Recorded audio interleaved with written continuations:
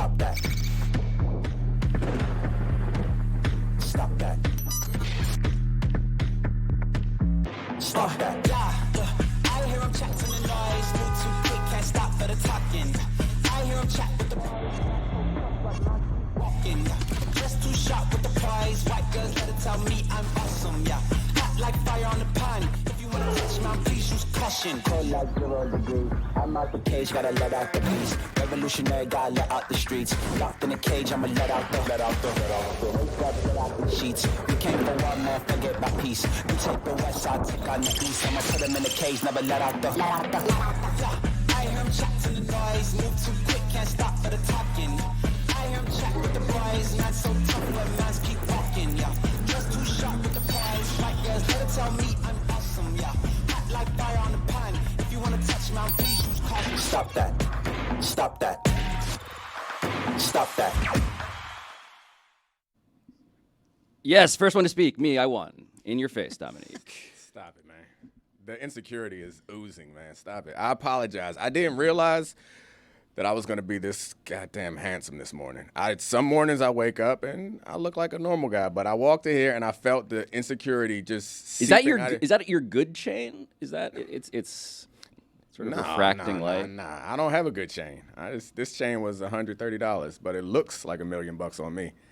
Because I got great pecs and abs. Frankie does, for the record, have a gun at the security desk. So you're good. You don't need to lie to us. It's not that expensive. It's important to note Frankie's the security guard, not just someone walking around with a gun.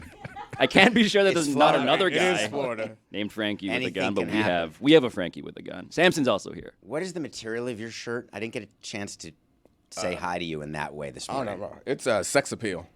I'm not familiar with what material. Is it like velour? No, that's the material. Is that an actual material called sex appeal? Yeah. Is that your cologne or your material? No, it's the material. It's a fabric that I created. David's wearing a polo. David looks like a retired umpire. It's nothing personal, Polo. No, I think it's the shorts more than the polo. Like the shorts and the belt combo. You look like you would like to say, "You're out of here." Are we not going to mention the thongs? Oh, sexy. He came sexy today. We're in Florida in the middle of summer helping out Le Batard. Toes out. You can expect I'm not wearing either pants or closed-toe shoes. No, the issue is I have on shorts too. I wasn't knocking you for wearing shorts. It's the 90s ass shorts that you got on. Like they stopped making those shorts in the 90s. Wait, what kind of shorts? They're brand new. As Chris, They're actually Cody brand new, and you all know them. I believe they first got made fun of by, not by you. They've been made fun of. You before. may recall these shorts from the last time David Samson was harassed for these shorts. You gotta raise them things up to the rafters, man. No, they're my special. Will never get pickpocketed shorts. Have you not heard about these shorts? Oh, there's like a spot for everything, and you don't. It makes you feel safe. Like no one's gonna pickpocket you. His shorts It's all backwards. All the zippers are backwards. His shorts have a panic room. That's exactly right. Have you ever been pickpocketed? No, that's the whole. Of course. But do you go to places that would pickpocket you? Any place? Any place in Europe? Really? Have you ever been to Europe? I agree that we're not there now. Ever been to New Orleans? Ever been to the Ulster lobby? Pickpocketing happens, but it's never happened to me, so I don't feel like I need special pants to protect me from it. Have you guys been pickpocketed? Billy, No. Lucy, Jess? Jess is vigorously nodding her head. I got my phone stolen out of my purse at a nightclub in Scottsdale on New Year's Eve once before the Fiesta Bowl. If you had my shorts on, you'd still have your phone. I had a purse. It was zipped up in my purse. You said you were in a club. If you had those shorts on, they would not let you in. Hold on a second. Also true. This was New Year's Eve?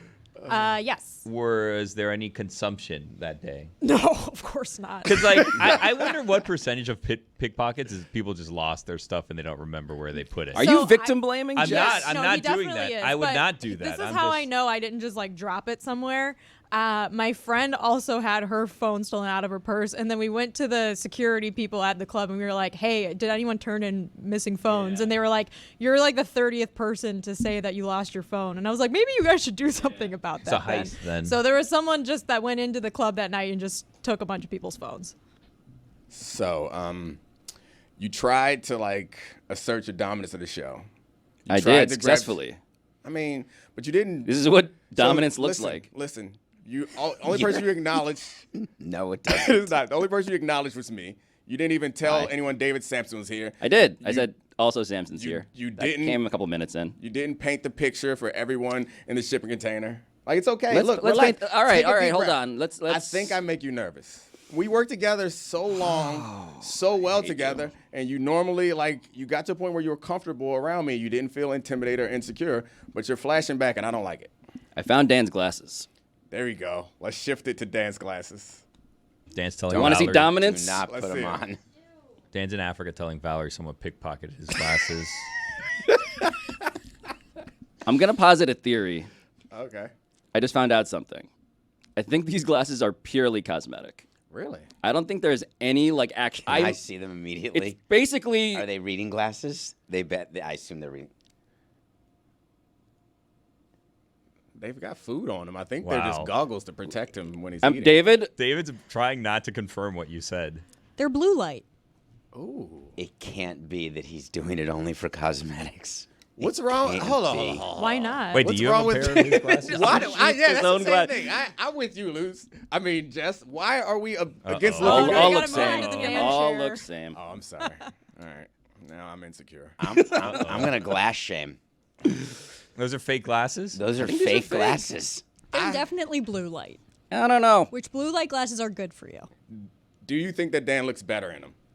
Then they aren't fake. If they help him look any bit better, then they're real glasses. But why does he use them when he's no. pretending to read something? It's not what glasses are for. Is he reading it on his phone? That's not what they're for you. Haven't Performative you seen him reading. during a show where I try not to pay attention during the show. I got to be honest I with got an you. email about that. I don't like when people wear fake glasses because I feel like as someone who's ocularly handicapped, you're making fun of me. Yeah, your culture is not our costume.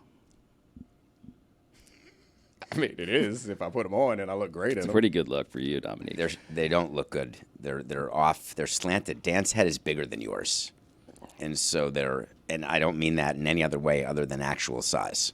What other? Oh, Yeah, okay. what? Thank you. What do you mean? There's the whole other side. Charlie Kravitz is here too. My dog. Hey guys. What's your take on the glasses situation, Charlie? I don't know if I have a take on the glasses situation. Although I will say, 0% surprising that Dan wears fake glasses. That's a take. So Dan was produced by Charlie on Highly Questionable for years. Kravitz has seen a lot of things. He's seen the inside of many rooms that few others have gained access to. I saw the beginning of the fake glasses when he claimed he couldn't read the teleprompter on Highly Questionable. And he started doing the fake glasses to read bumps before the show. Yeah. What? Is this like a placebo thing? Like he said he couldn't see the prompter and they gave him fake glasses I and don't he's know. like, this is One day he fixed. just came with glasses. This can't be real. They're not fake All glasses. right, this is an investigation now. This could be a Find out, PTFO. Pablo. This is an episode of my show. We're gonna put a pin in this. By the way, when I sat down here, I don't know if Domonique also clocked what had happened, but David goes to me and says, "I just got an email from Dan." And I said, "David, is this something that we should talk about?" And David looked sort of whiter with fear. Thank you. I'm actually not that white right now. It's summer. There is a thing with Dan when he's not here, and I think that you're all very aware of it. I don't know that he contacts you all, Pinkish. but he is paying shrimp attention to salad the pink. show. He's supposed to be away now. Seashell. Are we still talking about? Oh, you're talking about the color of your shirt or my skin? Both. David, do you wear sunscreen every day? This is a huge debate before the show. When I'm sitting outside in the sun. So not for just everyday chores. Correct. Okay. Does anybody? Everybody else Yeah, does. but no one Billy wants to Billy talk about feels it, I like he's guess. on an island because in the pre-show we mostly talked about who's wearing sunscreen, and everybody behind that side of the glass except for Billy is protected. Well, no, because this is what happened is I said that I go to the dermatologist. We were talking about like lies and people that you lied to, whether you're going out, and then, if we get to it, we get to it. But people that lie to their doctor. Have you ever smoked? Yeah, stuff like that. Like you lie to your doctor about your own health situations out of pride, right? So then I was saying, like at the dentist, if they say, like, do you floss, the lie that I've perfected is not as often as I should, right? That's what I say for everything because it's not a lie. Probably not a lie. It's not a lie, right? That's just, it covers it, and then my soul doesn't feel like I'm lying to someone. I'm just saying not as often as I should. So I say that to my dermatologist when they're like, do you wear sunscreen every day? And I'm like, not as often as I should. Right, so well, then that's more of a yes or no question. It is, but I get away when I say it. I get away with it, right? So everyone else, I guess, puts on sunscreen every day in the back row. I do not because it's not as often as I should, but they tell me that I should. And then we got into like a whole debate about if sunscreen real, does it cause cancer, is it a hoax, all of that, as one does when you talk about sunscreen. I mean, I don't put sunscreen on every day, but I kind of wear it every day. Melanin's kind of a bit of a protection against the sun. God's sunscreen. Yeah, it is. I know they say that everyone should wear sunscreen, and I put sunscreen on my kids, but I'm blacker than them. You can't laugh at that. So Dan emailed you? I love that Billy steered us away from the Dan email conversation only for me to make it uncomfortable enough for Billy to steer us That's how back. bad it was that he wanted to get back to a subject which we don't want to get into. Wait, you're saying that I cannot laugh at Domonique's kid's blackness or lack thereof? Is that not a thing I can do? Nope. I don't think you can even ask the question. I regret asking it. I like this. We're What live. did the email say? I'm curious. How is this going? He just gets worried when he's not here, and that worry manifests itself in certain words of instruction and thought that masquerade as inspiration, but in fact are more of, hey, is it gonna fall apart when I'm not there? Dan gives a bad pregame speech. That's what It sounds was. like. It was not. It was not. I think he's really undermining top us. five. Can I just cut to the chase here? I think he's trying to undermine us. He's trying to shake our confidence. He's trying to prove that no one can host this show but him. Nah, Did he reach out to either of you? he knows better. Nope. So no email, no text, no nothing. I think like 2 weeks ago he was like, "Hey, good luck down there, have fun." And you didn't respond, or just thank you? Nah, I was like, thumbs up. Domonique's also one of the worst texters in human history. Did you do the actual thumbs up emoji, or you just click the words and then hit the thumbs up? I reacted to his message with the thumbs up. I didn't actually go through the process of finding a thumbs up emoji because I do believe that it's too much effort. So you got this email right before the show today? In the middle of the night last night Oh. when I was in the El Sur getting ready for shows. I have a little bit of stress about the thumbs up emoji. Why? Because of the different colors of the thumb. I thought so. Can't ask about this, David. We just established it. Oh, no. We can talk about emoji colors. You got to go with the one that represents you, right? Not the person who you're speaking to. Like, that's condescending. I go with generic because I don't want people to So, think that I'm assuming. what color is how- generic? What color is What generic? shade am I? What color is generic, The Billy? the preset one. I just go with the Which preset. one is that? That's Wait, what which I color do, is that? but Wait, it which turns out that's too white. Wait, why are we guys calling it generic? What color are we talking Simpsons. Yes. That's not a. It's not, That is the I original. feel like you guys are thumbs up. avoiding saying the color. Did you guys know for that Marge reasons. is black? Marge is black. What is your evidence? Look at all the Simpsons characters in their hair. You can tell that Lisa and Bart have hair that is a bit curlier than anyone else's hair and any of the white people in The Simpsons. Bart's Marge's hair hair spiky. No, it's spiky. Look at all the other characters in The Simpsons. Do any of them have spiky hair? No. I thought it was like Lisa's a hair is beehive. spiky. No, now we're talking about Marge. Marge's hair is curly and stands up. White people's hair doesn't do that. Marge is black. Bart is biracial. Told you. You're welcome. That feels right. It's true. Why wouldn't they have just made her black? Because you guys can't handle that. I mean, it's the truth. Nobody can. You want me to make her shrimp salad pink? I don't do the thumbs up ever. Why not? Because I'm self-conscious about. So you don't use any of the hand gestures? So you don't, like, send anybody a middle finger, a fist, No. nothing? I'll do rock and GFY roll? instead of a middle finger. I'll change what color emoji I'm using based on what season it is. Because I'm more tan during the summer. Always go with the darkest thumb. I Googled is Marge Simpson black, and I'm getting a number of responses here. One says she has French ancestry. The other says she is white passing Creole. Yeah, it's black. Creole's I don't know black. what that means. Well, in order to pass means that you aren't white. So she is white passing Creole. I mean, she's black. And it's the French connection being Creole also. She's black. I'd never heard this, which is obviously such a white thing, but I've never heard it. Oh no, it's I think it's a theory more than it is a factual. No, thing, this is but, definitely a thing that David Samson should be aware of and tell other people about after the show. This is going to come up because we have Azaria. I mean, in yeah, theory, sure. we could ask him. I don't think Hank Marge- Azaria wants to delve into any more racial topics with the Simpsons. Marge is black as Babe Ruth. I promise you. I think we're going to say Hartenstein. Whoa. I'm seeing an article here accusing Marge Simpson of appropriating black culture. Whoa. That would make her not black. Marge Dolezal. Dan was right. I love Jess. So what was the Do you mean nature of Lucy? this email? Oh man, Jess is doing the show just for me, guys, and it's pretty hilarious. Not That's- Lucy. Dan would love the show that I'm doing in Domonique's here, by the way. I think Dan sends the email to be like, I'm watching, just so you know. I might not actually be watching, but I'm watching. So I take it as though he's Stay on not your watching toes. because I'm aware of the time difference where he currently is, and I would put it at close to 0 that he's watching. I just said he's not actually watching. Right, I agree but with he's you. watching. But what does that mean? That means You know he's what it means. But is he getting scattering reports from? Is he going to reach out to people and say, "How did that go?" Or is he going to look at views or look at numbers?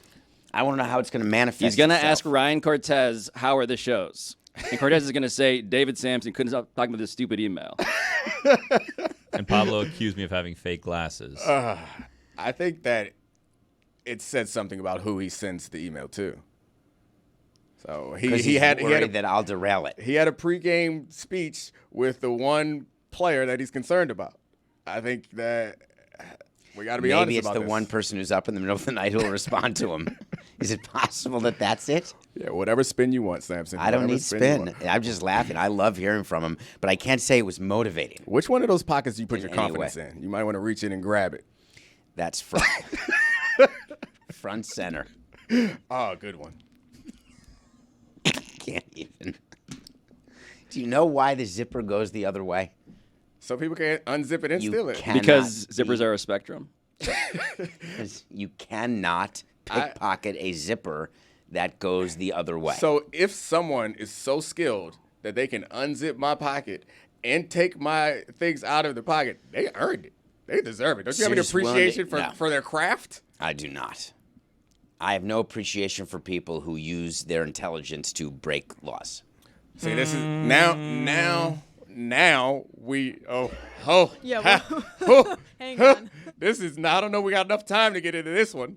So there's a conversation to be had there about opportunity, and there's a conversation to be had with like what is legal and what's not legal, and whether people who have power break laws, whether they get convicted of them or not. So like, there's a whole different place where Dan probably doesn't want us to go, but.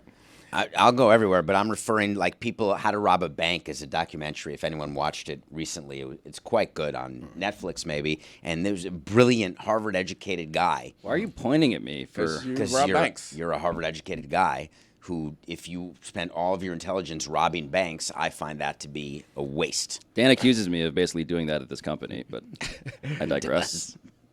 In terms of people.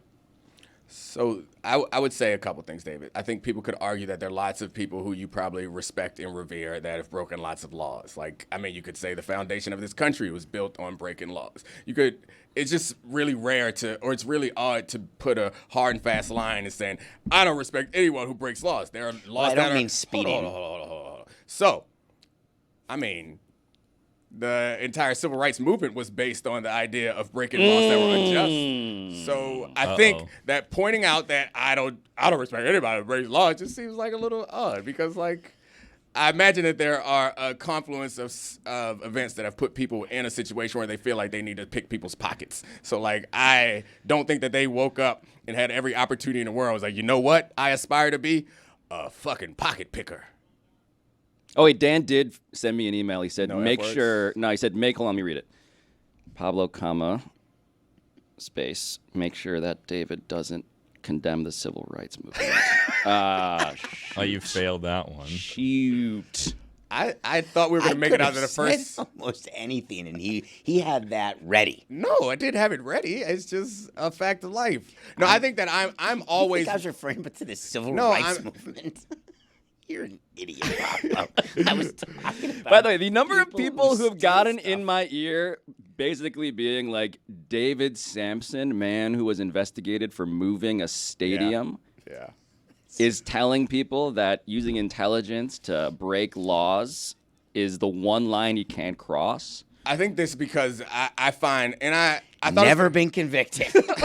So I have no idea. Why are you looking at me? All right? Anyone could have said that to Pablo. Stop looking at Lucy. There's no way Lucy said that to Pablo. I knew at some point. Why? Because you're way too nice. You don't know me that well. Nice. But I also didn't say it. I was thinking Thank about you. the time I got pickpocketed and they stole my wallet and then spent money at Buffalo Wild Wings. And then I was like, hey, bank, this wasn't me. And they were like, that was you. You definitely spent that money at Buffalo Wild Wings. I was like, no, it wasn't.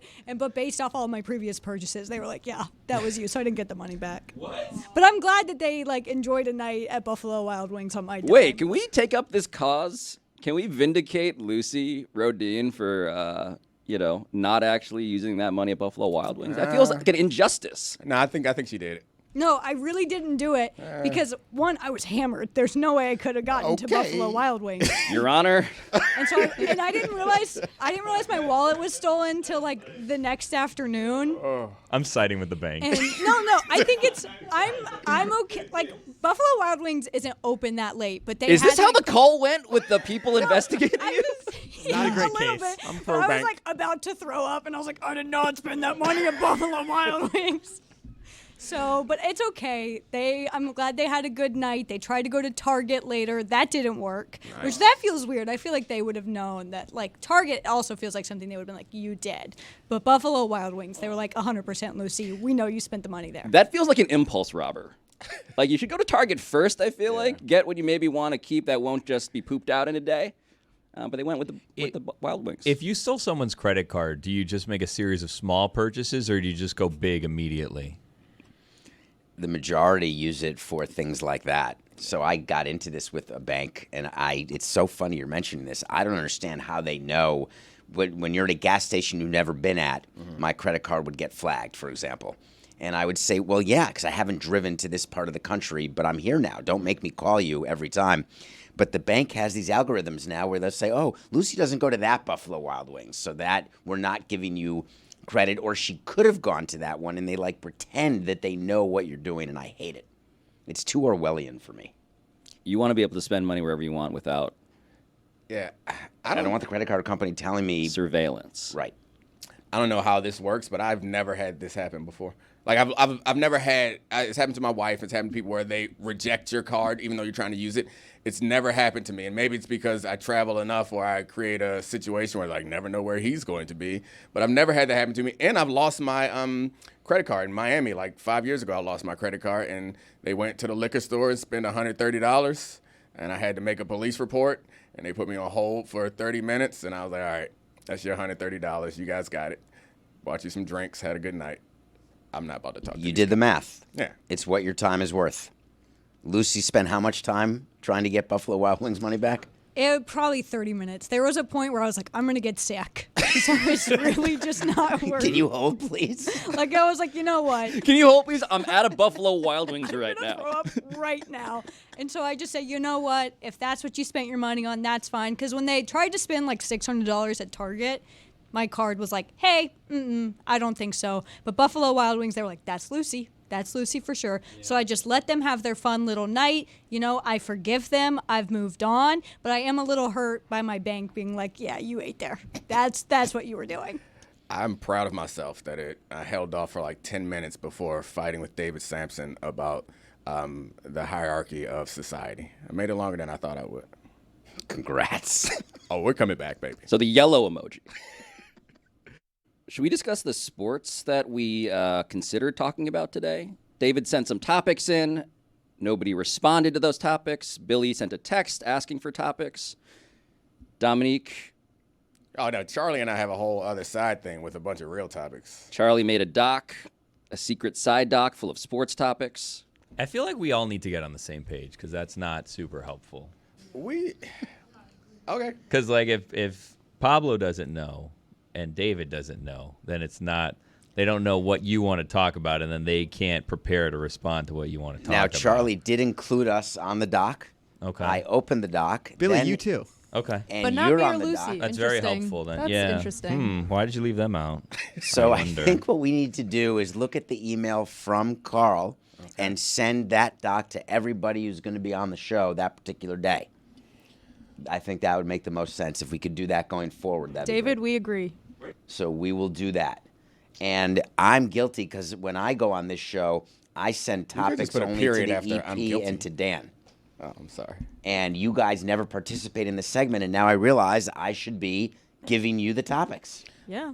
I was trying to like go have a good time, loosey goosey. We're not going to be too structured, but if we want to like be organized, we should have the hierarchy in this room properly established. Like because I'm a kind guy, I allow Pablo to sit in the middle because clearly I'm the star. Yeah, well, before the show started, that's kind of what was going on, is figuring out who sat where. Also, I was told that the Google Doc was sent to my ESPN email, which has not been active It's what auto-populated. for 3 years. It's so what that kind auto-populated. that's why that happened. That is perfect. Oh, Lord. That sums it up. I assumed that Pablo would be in Dan's chair. All right. But are you saying that was a discussion pre-show while I was taping Nothing Personal live? yeah, that was that there was a definitely- discussion of where people are sitting? Yeah, Pablo came and asked me. It's like, do you mind if I sit in the middle? That is not what happened. Okay, you tell her how you want to tell it. I said I should sit in Dan's chair, and David Samson coughs all of the time, so he should sit in the other chair that has a cough button. I knew, And so Pablo, that's that where you were Greg- going to sit there because Yeah. you have to do the arm thing. Yeah. Listen, guys, I'm from the wrong side of the tracks. Oh, God. That's all you had? I'm still thought there was workshopping way this more. character. Also, how predictable was it that Domonique was going to be fake aggrieved by Pablo sitting in the hosting chair when he had no desire to actually sit there? Oh, here it is. Kravitz, yes. Zero desire. Yes. To sit This is Charlie's only reason to be here because he's the only one of you guys not scared enough to challenge me. It is amazing that you came with somebody. Oh, why? I mean, it's great to see I mean, hold on, Charlie, hold on, but hold on, that hold on, was hold on. You come alone? That is the goal. yes, Okay. mostly. Okay. But my point is that it is interesting that you came with reinforcements, and you're still in chair 2. Okay. See, this is the thing is you guys think that you can do the like insecurity move that I do to you guys on me, but that move doesn't work on me. Like I'm not. Yes, I came with somebody. I need help. Charlie's my guy. That ends made a that doc. conversation. Yeah. It's a good doc. Billy, you should see it. I'm looking at it right now. Do we have? Hold on. Let me.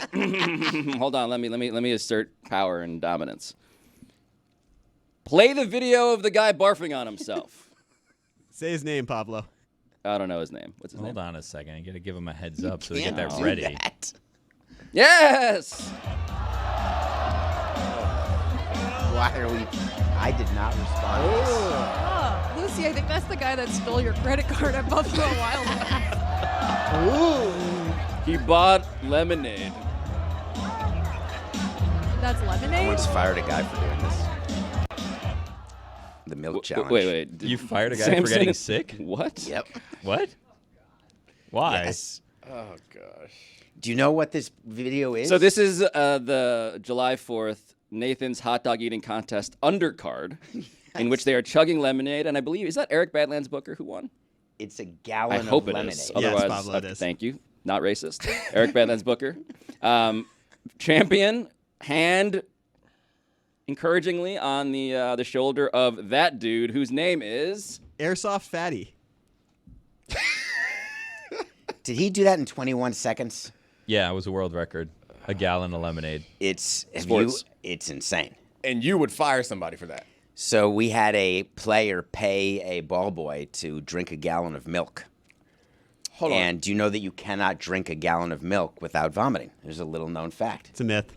No, it's not a myth. Definitely a myth. It's I watched it. It's not a myth. Well, who's gonna try it now? Don't. Do not. We're not doing that. Can we get a top 5 list Who at wants some to get point? fired? At some point in the show Of myths? No. Of ridiculous reasons why David Samson has fired someone.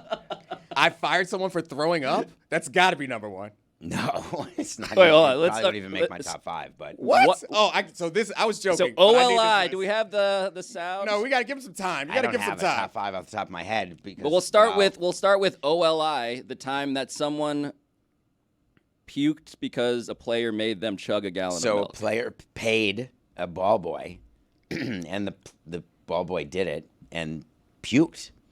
And way too dangerous. You can die from doing it. You can go to the hospital from doing it. We weren't going to release the player, though we were upset with the player. Who was it? But we said to the ball boy that's it. Sorry. You're done.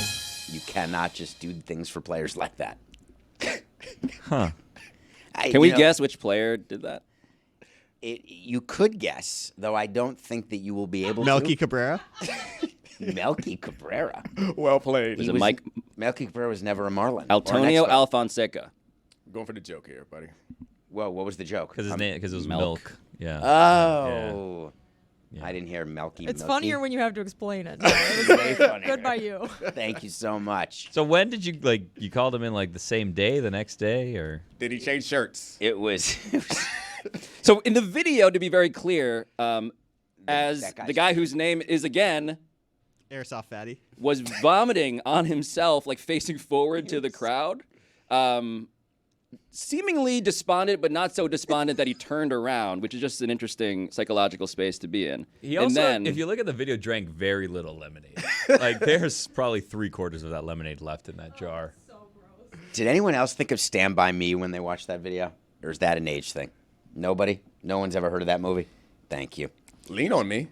Lean on Me is a great movie. Morgan was- Freeman. Why is Morgan Freeman is so amazing? He's getting older, and We all are. We're all doing that. And when we celebrate him, I hope he lives for another 25 years. I think he goes down as a top 5 actor of my lifetime. Because I've been watching him since The Electric Company.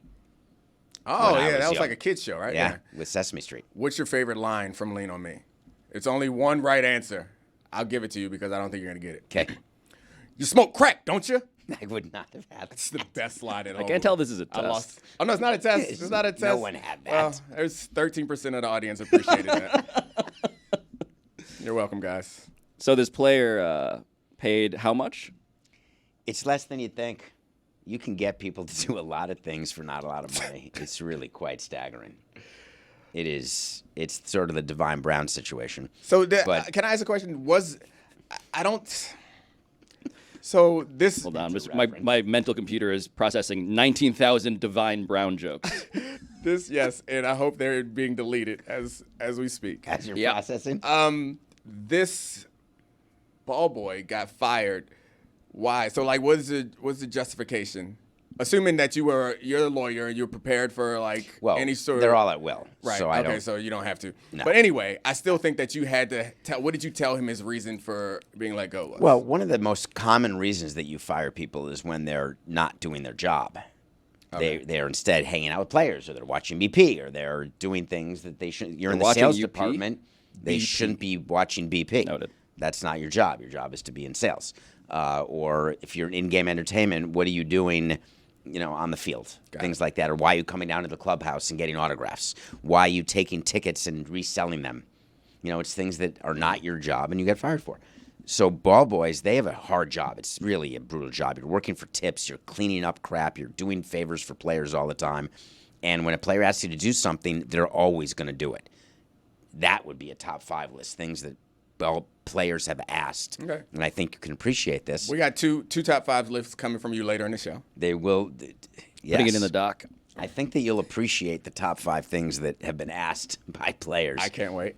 Because you'll relate to it. I mean, No, I mean we do. So football is different. We're not as much. We're not around the facility nearly as much. We're not traveling as much. So we mostly do the things for ourselves and maybe have rookies do stuff. But we don't have the same relationship. Where you're baseball players, you're there every day. You're traveling all the time. So I would understand why the relationship with ball boys might be different. But I still haven't gotten to understand why you would fire the ball boy after you just said that they don't say no to anyone. It would seem that we the need person them just to have the judgment to know what to do and what not to do. Judgment's a big part of being a. Were you ever a bat boy or ball boy? I was not. Oh yeah, I'm assuming you're talking to me. You're looking at me. Yeah. Well, I mean, judgment's a big part of being a human being. So, like, He's looking at the person who has the most ball boy energy behind the glass, and I Billy would was think like, if "Yeah, that's probably anyone me." would be a ball boy, it would be you, Billy, as a No. Marlin fan growing up. You never got a chance to be a guest bat boy or ball boy? No, is that a thing they do? Yes. Really? never too late. Yes. It's too late. Yeah. There- Even though it's he's too not. old. 'Cause am I? I Yeah. feel like it's like an old person job now, Yeah. right? No. Because after Dusty Baker's kid ran on the field Well, at 3 years old, then they made it like you have to be 18. Right. And then like at Yes. 18, you also kind of lose the like, I want to be a ball boy. And most people do. There was recently, and by the way, bat boy, ball boy, I'm using them interchangeably. just a but point of they clarification. are different. So there's a bat boy and ball boy who travels with them on the road. That's not an adult. No. Oh, it's There's not. clubbies who travel on the road. And they do the But bat boy. you have to supply bat boys for the road team and the home team. And you supply clubbies. The road clubhouse has its own clubbies that are paid for by the home team. So you fired him because he has poor judgment. I'm trying to think if there's a better reason to fire somebody. Was it Brad Penny? Lack of. Was it $500? There was an article about it. No, there's. Someone came in and told me. So unless there I was just found the a article. spy, yeah, then Suspended bat boy mulling 2 offers, August 25th, 2005. Got milk, ? An unidentified Florida Marlins bat boy does. Bat boy, bat person. After the bat boy was suspended 6 games for accepting a dare from Los Angeles Dodgers pitcher Brad Penny, a former Marlin, to drink a gallon of milk in less than an hour without vomiting, the milk processor education program wants to compensate him. This is a rabbit hole that I Google is the wasn't ready greatest to, thing in the to history. go into. Why are people complaining about Google? I have not found that to Bad. be anything. Why is Google's it bad? I think it's worse than it was. It's not bad. I think it's. How you just found something from yeah. 20 years ago? Because I'm really good at using Google, but it's bad. Yeah, I think that capitalism. So like Google has gone from a place where you go for information to a place where you go for ads. Well, And I hold think on a that's- second. I have a question for you. If Brad Penny was still on the Marlins and this was a home player doing this to like a home bat person, would you have still fired said bat person? Yeah. And you don't think there would have been like outrage? It's easier when it's like a Yes. road team. There's always outrage. Really? They're very protective of the guys. There's always player outrage when you do anything. When you release a player, when you trade a player, when you create any difference within their environment. There are always people who are upset. What if Dan did something different around here? You guys, I don't know. Would you? Would you care? Did the milk cause like damage? Like did you have to replace a carpet or something? No. Like what damage was done other than to the person? That's it. I don't recall seeing a bill for damaged property.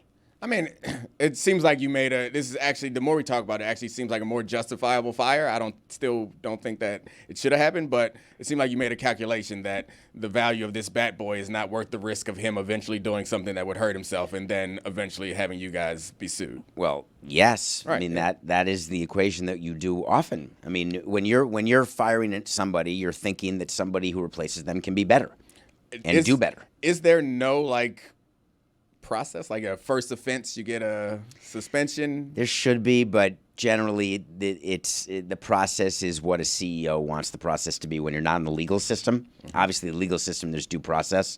When you're not covered by a union and these employees are not unionized, That's why we love unions, David. Me and you both. I get Love it. 'em. It gives you a process. I mean, the union actually is more valuable to you than it is to me, but that's a whole nother conversation for another time. Maybe for a sporting class, we can talk about how it gives you antitrust exemption, protects the league more than it does the I'm players. going to put this in the doc, too. Will you do that, Pablo? I'd love to have Unions better you at a for sporting class. management.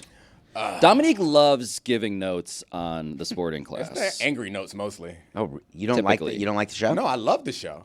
He just ends up I have some arguing with angry you through me. Oh, Yeah. why wouldn't you just argue with me? Because I recognize that you are a character and I will not get drawn in. I'll let myself take a minute to breathe. It's like with anyone that you care about, you're like, all right, we're not going to have this argument right now. So it's like, all right, David is representing a caricature of a Monopoly man. David is obviously not as oblivious and heartless as he makes himself seem. So I yell at Pablo for making you seem like you don't actually care about people. You only care about money. You could still call me. No, it would be a waste of time. It'd be 'cause I call totally you fine. And I say, hey, David, that's really messed up the way that you pretended like these people don't matter. And you would be like, oh, no, I'm just doing the show, Pablo. I really love people, right? That's what you would I say. also love that anytime Domonique disagrees with someone, he just accuses them immediately of being a character.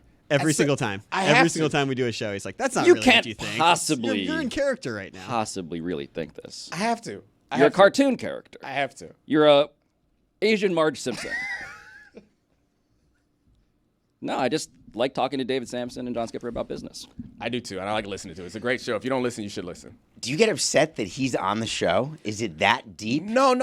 I'm upset that he doesn't provide the proper pushback. So, like, I think it's somehow How dare you? He's Hold on, let impugning me your push job back. as a How moderator. dare you? You, David, have taken a position so pro corporation that it makes John Skipper seem like a socialist. And I'm like, Pablo, what the hell is going on this show where you have two people who represent the opposition to labor, and I'm in here like, yeah, get him, Skip. What are we doing? You are now expressing the thing that David Samson complains to me about, which Yes. is that John Skipper gets to be a socialist. He does. Because he has a southern accent and a drawl. John Skipper gets away with stuff as chairman of this company that brings me to tears. It really does. You feel like a suspended batboy. I feel like that there is nothing that any of us can do to change his character.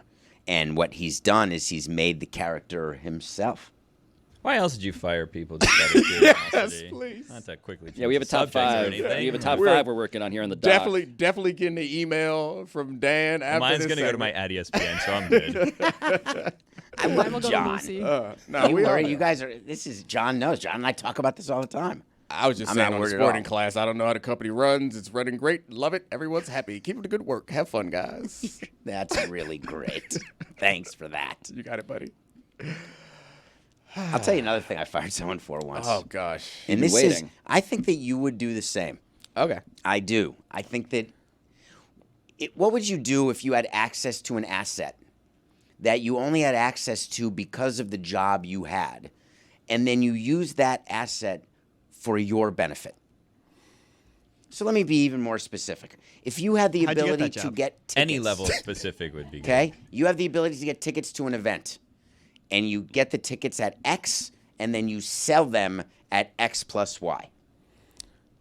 So how'd you get that job? It depends. I mean, that factors into my opinion. How you got the job or what the Yeah. job is? How you got the job? I have no idea. All right, You're well. working for a baseball team where you get access to tickets as a benefit. Are you paying for the tickets? No. Okay, so you're getting free tickets and then and scalping them. Yes. Are you did filling up the stadium? I mean, that would be nice. Get some butts and seats, baby. It's almost impossible that you are finding a way to disagree with We this. really asked David Samson for advice on how to fill up a stadium. I'm just saying that maybe you shouldn't have fired somebody who was getting butts and seats. That's How all. many times did this happen? It was caught. It was caught in an investigation that we did internally. So this was not Let's like make sure there's not an ESPN.com article about this also, by the way. well, so I'm asking, like, was this like a one-time, like a big event thing because you had access to the stadium and it was like a desired event, or was this like someone was claiming tickets every day and then selling them every day? So both. But one of the rules in baseball is every team gets access to playoff tickets, even if your team is not in the playoffs. So you could get playoff tickets if it's the Dodgers playing the Yankees. Right. The Marlins get tickets to that. You get ticket strips. So yeah, no, I mean, if that's obviously something that fraud. You are made aware of before you take the job. It's something that you shouldn't do. And I don't disagree with. I think I find you to be a reasonable person, and I think that a lot of us come to our opinions based on the position that we're in and experiences that we've had. And so I wouldn't say that I could never see myself behaving or I could never see myself behaving like someone.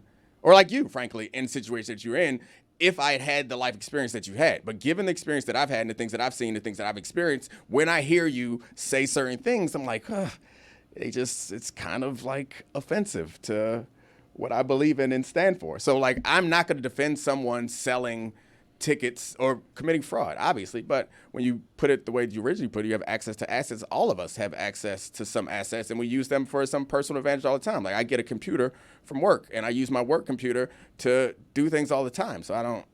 That particular example is. Are you profiting from that? Or is it just things you're Amazon shopping? If you used your work computer to run a separate business, that would be a violation. Let's not talk about it. So the Bat Boy went on Letterman after this happened and said, quote, honestly, they never told me the reason for the suspension, he said. I guess I got in trouble for supposedly gambling, but it was a dare. The money was just an extra part of the dare. I have no recollection of that. He went on Letterman? That is A week later. unbelievable. Was his name Nick Cirillo? I can't. He was 19 years old. He said he drank the milk in 59 minutes, but then vomited outside the clubhouse. So he did not collect the money. Wait, 59 minutes? You cannot drink a gallon of milk in an hour without vomiting. I'm not talking about the lemonade thing. I was picturing him chugging it all. That is, I mean, it's. 59. It's like a sad lunch. Do you know how much No, we're talking about a gallon, not the quart. No, we the know what a big. gallon What if it's a gallon of milk but in ice cream form? Do you guys think you could do that? How much ice cream is a gallon of milk? It's more than a great gallon of question. ice cream. So I believe if you did the math, let's say it's 4 gallons of ice cream, you probably could not do that. It sounds like you think you could eat a gallon of ice cream, though. I've never done it, but there are people who do. The Marlins. I don't think it makes you sick, actually. The Marlins in this story, quote, have declined to comment. Cirillo, a bat boy the past 5 years, said he hopes to return for the next homestand beginning September 16th. Quote, I really miss working there, Cirillo said. I hope I can get back there soon. End quote. Let me ask you something. If you fire someone and then they go on David Letterman, are you going to hire them back? Because it seems like Nick Cirillo made the wrong decision there. I mean, you're on Letterman. This was great for him. Where's Chris Cody when you need him? I mean, sounds like he wouldn't have gotten on Letterman if he didn't do the dare. I mean, for sure. And he got 15 minutes. If this were the TikTok era, he would have 1 million followers right now. He'd Oh have my a TikTok God. shop. He'd be selling milk merch. He Like, it'd be a Hawk-2'd whole that thing. milk. I am I hate so that over I Hawk that you to reference said that. I know. Can we talk about that for a second? How don't- bad I- how bad that reference was, and also how much I dislike that Hawk-2 is being advised by Shaq about celebrity now. She was That was in the doc. She was down here at Dare Beach Club judging a bikini contest yesterday. She's at 13 minutes and counting. She has like started to like finally post on social media, and she's releasing these like documentary style, like Yeah. when they intro new contestants to The Bachelor, like that is what she's doing. She's like, this is where I grew up. Also, this is not what I want to do. I do not want to be Hawk-2 forever. And we were like, girl, I'm sorry, that ship has sailed. This is way too late for that. I mean, she could parlay it. What's she pivoting it's like, to? I mean, like Theo Vaughn was on Real World, and like Cardi B did. I'm just saying, I'm not saying it's likely, but people do parlay like these momentary Dancing with the Stars. opportunities as celebrity. If you have an actual talent, now Honey people Boo are looking Boo at you. before she became a I mean, senator. Do we know her name? No. There we go. I mean, also, I don't know it. I don't think that matters. I think what matters is, does she have an actual talent? So, like, once you get the eyes on her, Are you gonna find out? The talent that she actually has, I guess, never mind. That would be a whole different line of work that I think she said she doesn't want to get involved in.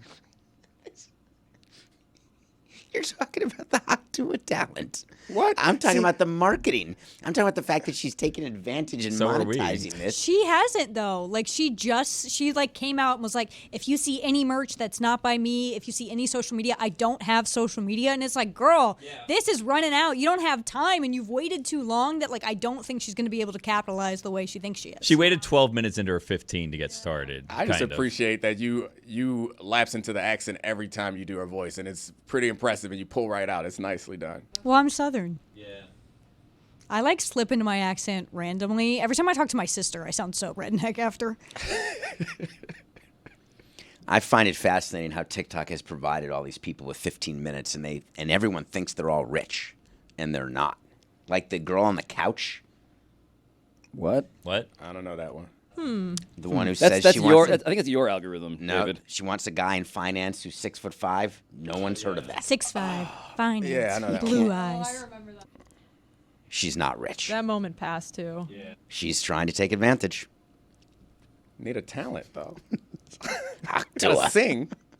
It does take us a lot of energy to not talk about the things we've been talking about between segments. To talk We'll about save it for later. sports. We'll save it for later All right. because that one is really good. I That's like a really that good one. I want to start with something, though, that Domonique declared he did not care at all about, which is the Bronny James story. Because David Samson managed in 4 seconds to make him care. Because David Samson is exercised I'm worked up. about LeBron, and I want to understand why. The Los Angeles Lakers are so full of and LeBron is the key conductor of that. And it offends me. All they had to do was have J.J. Redick tell the truth when he was hired. All LeBron had to do was tell the truth about his involvement in J.J. Redick, his involvement in the operation of the team. None of them ever copped to drafting Bronny as though he was some sort of talent. P's player development case study 1 is what J.J. Redick said. Give me a break. Then they gave him $7.9 million guaranteed money for a player that didn't deserve a nickel guaranteed. Then LeBron does a victory lap saying, I took less than the maximum. Look at me. Meanwhile, the James family got more than the maximum, which is a cap violation. But the NBA will never investigate it because they suck at the teat of LeBron and the Lakers. Yeah, I'm worked up. Okay. So when I say someone is obviously playing a character, how can you pretend like I'm not being honest? That's not a because, character. So you are, David, you don't see the obvious reason why you are the worst person possible to make this argument? To make an argument that somehow LeBron James's nepotism is the issue here is... So if you listen to Nothing Personal, I'm not against nepotism. I'm a beneficiary of nepotism. But how about admitting it? Why can't there just be why can't J.J. Redick acknowledge what the Lakers did for LeBron? You, as someone who ran an organization and has told us a number of times about the many things that you have lied about, and you explained why you had to lie, are pretending as if you don't understand why they can't admit it. Like, what are we doing here, Pablo? I am giving my audience a lot of credit, and I am telling them that this is not the example that we would use when I would lie to people. It's when there was a possibility that people would buy what I am selling. There is no one buying that Bronny James got $7.9 million because of his ability. I want to explain the specific financial criticism you're making, though, because I don't think our audience necessarily is following as fluently as you are assuming, which is Bronny James got guaranteed money, right? Mm-hmm. So how much guaranteed money did he get? $7.9 million over 4 years. 55th pick in the draft, second rounder, right? So guaranteed 7.9. LeBron took a pay cut of some amount. Just he signed for below the max. I think it was like $3 million. 2.7, which helped the Lakers tremendously, kept them under the second apron. Right. It also enables them to keep a draft pick like in 2032 as draft capital, and it gives them a mid-level exception of 12.9, so there was a reason for it. And I guess I would think that you would understand that there are some business decisions and arrangements that are worked out in a way that are not always completely, like we had this conversation earlier, and that's what surprises me is they didn't break any laws, right? So why is this particular, and this is where I get upset with you and people like you, is it feels like it depends on who is the person who is circumventing the rules in order to get an advantage without actually breaking them, that determines whether you're going to celebrate it as some crafty business maneuver or you're going to say, this is bullshit.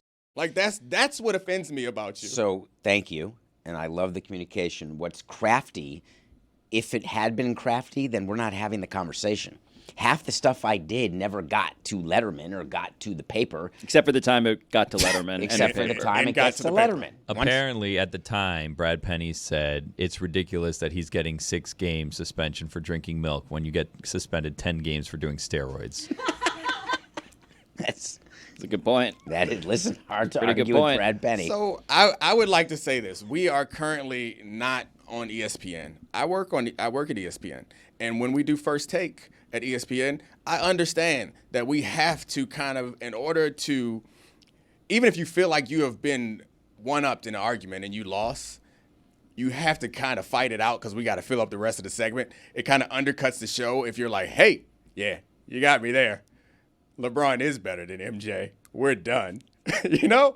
But in this setting, David, we can stop this and move on to one of our many other topics by you just admitting, yeah, Domonique, you're right. What I'm saying is completely unfair and my opinion is completely predicated on who is the one who is circumventing the rules. That's all.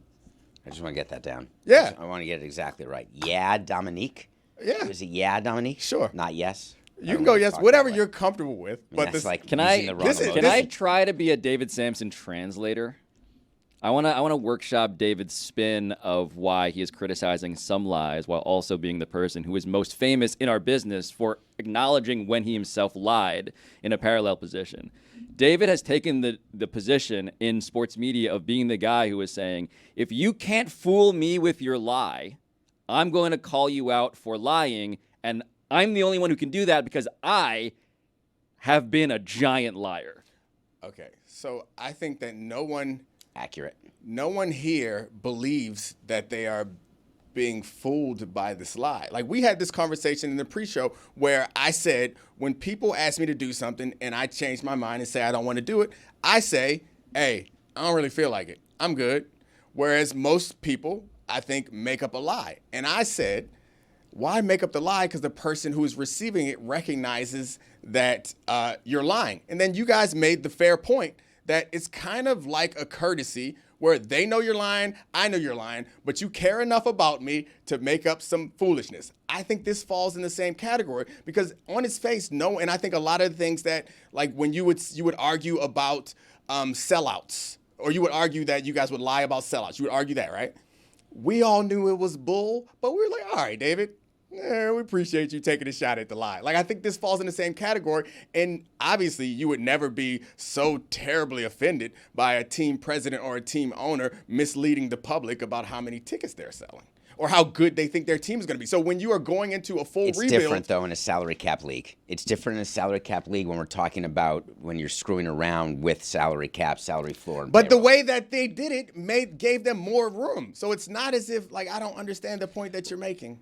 So you're saying that they're getting some unfair advantage over the other teams. That's what you're upset about. I'm saying they're giving LeBron James more than LeBron James is allowed to get. So he's getting over the max, and he's getting credit for going under the max, and that's what bothers me. So we should point out there's also an argument, a strong argument that suggests that the Lakers cap is actually worse because they got Bronny. But what David is saying is that LeBron and Bronny and the Lakers are acting in concert. It's an inside job. And so LeBron James giving money back is not actually giving money back because the family is getting the money. And so what this raises, Domonique, is I think it's an eternal point that I think you and I have talked about, Domonique, actually, which is like the max salary and salary caps and like LeBron James giving something back, what that says about a sport in which he can't get more because, of course, there are laws keeping his full financial potential in check. So by your own words, the NBA has been sucking at LeBron James' teat. They have gotten more value from LeBron James than LeBron James has gotten from them. Well, they've gotten more value from LeBron James than they've paid him. We'd agree with that. The fact that the max salary exists is evidence to that. So there are very few examples where a company doesn't get a greater benefit from the action of an employee. Okay, so yes. LeBron's been paid $583 million in his career. Has the Lakers gone up in value by more than $583 million? Yes. That's why people want to own teams. Okay, so what it sounds like to me is they have found a way to. So if you were running a company, and it has to be a sports team or not, and there was a way that you could compensate someone who's made you billions of dollars, and there was a way that you could go about doing it that was not illegal, and it would only cost you a couple $1 million, you'd obviously do it. And I hate that I find that it seems like I'm in the position where I'm defending the move that the Lakers did, because like I recognize that it's naked nepotism, and I'm not a proponent of that in any way, but I also don't care that much that they're finding a way to give a man who's made them billions of dollars, find a way to give his family $7 million more dollars. That to me is odd, and I can't believe that you don't see how differently you view these situations depending on the person who is making the decision or who is benefiting from this. Like, I could use countless examples of how teams and owners in leagues circumvent laws and rules in order to benefit a lot more than one dude getting $8 million and to be up in arms today over that and not recognize the hypocrisy that is confusing to me. Related, we still need David Samson's top 5 people he's fired. But proceed. Yeah, Domonique. Okay. I totally agree Okay. that in this instance, I have made a mistake with this position. That's all. And I think that we should go back to talking about the topic we were going to talk about Hand before. him Dan's, maybe. Yeah, you want dance? I'm proud of you, man. Good job. See, the good thing about admitting that you are wrong is that now you're right. So great. You're exhausting. In a good way. It's no, fun to be I- with you. Would you like a jelly bean? Nah, I'm good, man. Thank you for saying no. Yeah. Anyone anyway. That was nice. But I want to get to the LeBron part of this for a second Sure. because It's I a do real think story. Oh, it's a real story because the most famous athlete in basketball, maybe on the planet, Leo Messi, Cristiano Ronaldo notwithstanding, is figuring out ways in which he can realize the true value of being LeBron James at age 40. Right. And so the strongest argument for why Bronny was taken by the Lakers and why it's not a big deal is what Domonique was alluding to, which is this is just part of the way that you make LeBron James whole. Right. And so the idea of, is this a hill worth defending and dying on because they could have taken someone else who they may have cut in camp or just been a two-way contract, I cannot get exercised about this because I live in the realpolitik of like superstar management. So there are benefits that come along with being one of the greatest ever to do it. Like there are benefits with coming along with just being rich in America. And one of the benefits is you get to tell your team who to draft at 55.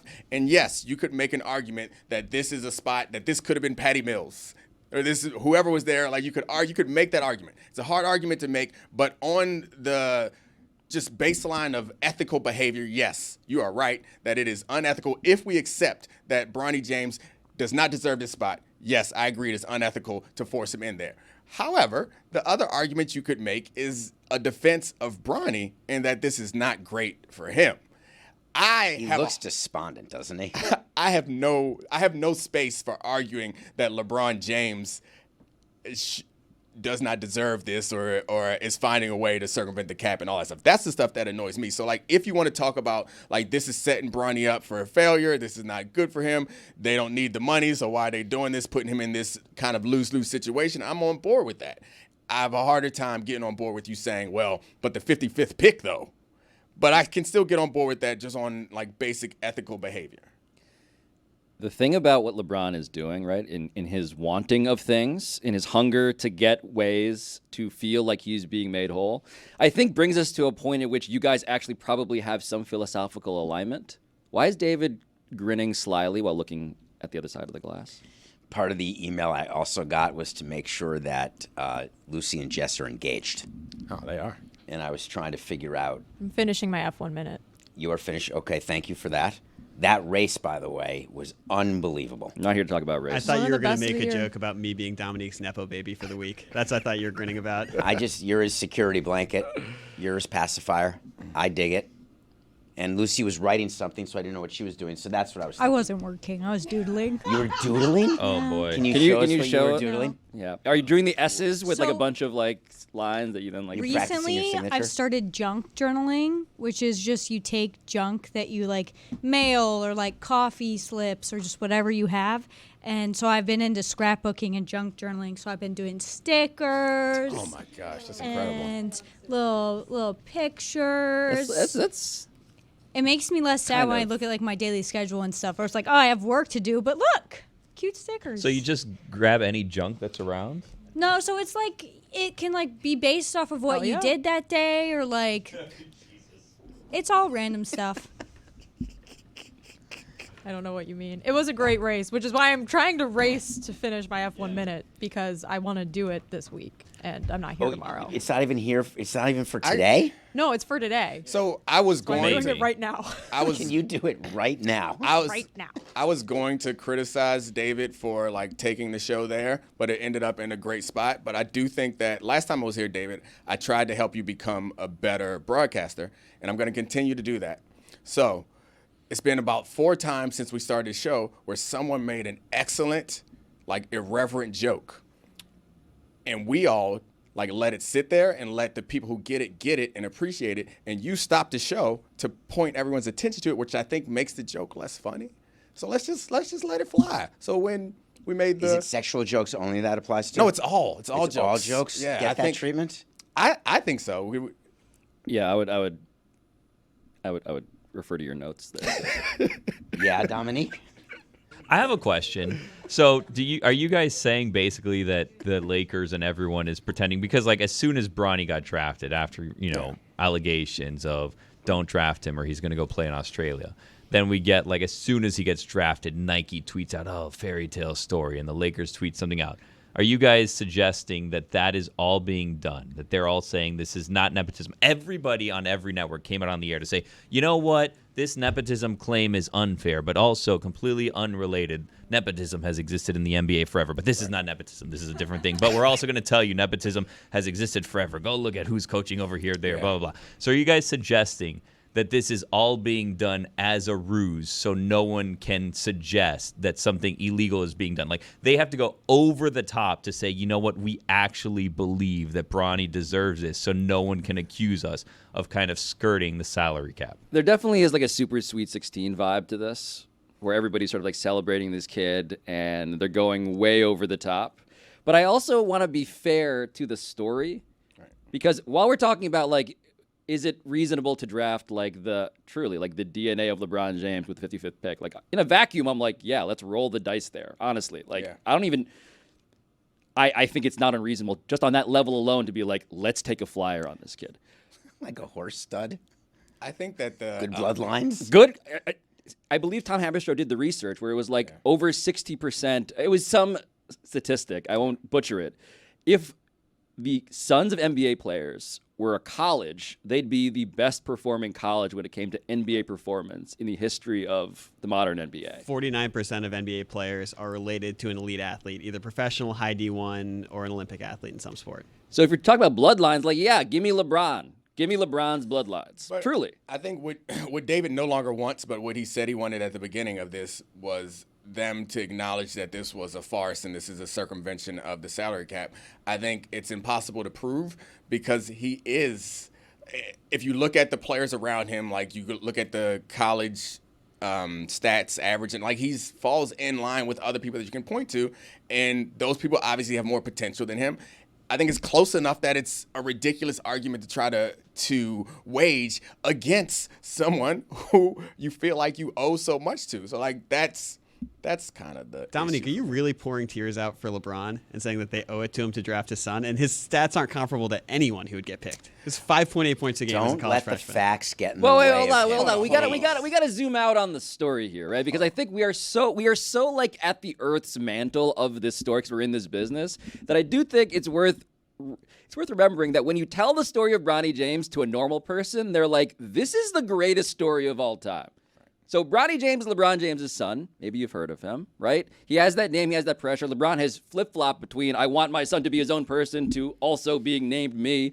He is very contradictory in that way. All of these things are true. But when Bronny James has his heart stop on the floor as a college freshman, and he's at USC and has to go to a hospital because he might die, and then he comes back, and of course he's not going to be as good. Maybe he should be better than 5.9 points a game, to Kravitz's argument. But the point is he's back, and the Lakers draft him. You're like, this is, on paper, way too on the nose to be real. And so I'm just reminding everybody that the idea of Bronny James being bad at basketball, there is some context for why his performance was underwhelming, and why also you might think that this again, let's introduce another variable into this, from a marketing perspective, do players ever get drafted because of marketing, David? No. Do they ever get signed because of marketing?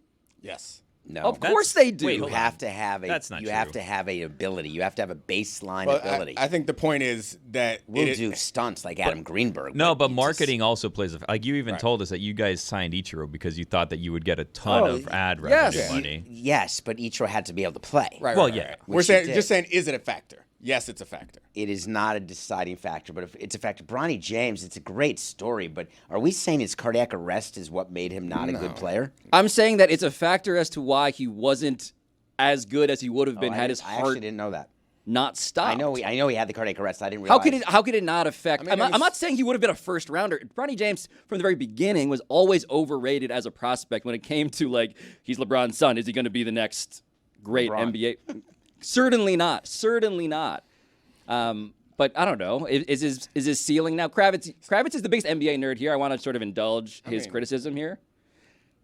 Bronny James' ceiling to me seems like a guy who, if he really cares about defense, right? He's like 6'2", hyper athletic. Yeah. We see guys like that in the league. We do, but if you're talking about like a Davion Mitchell or Drew Holiday, those guys were elite college players.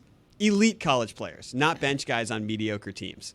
It's not to say Bronny can't do it. It would just be fairly unprecedented because of his college career. I think we're having two conversations, and saying the point I was making when I said that his stats are comparable to other people is that he is not so bad that you cannot justify drafting him. He's not so bad that you can say this is an obvious case of cap circumvention.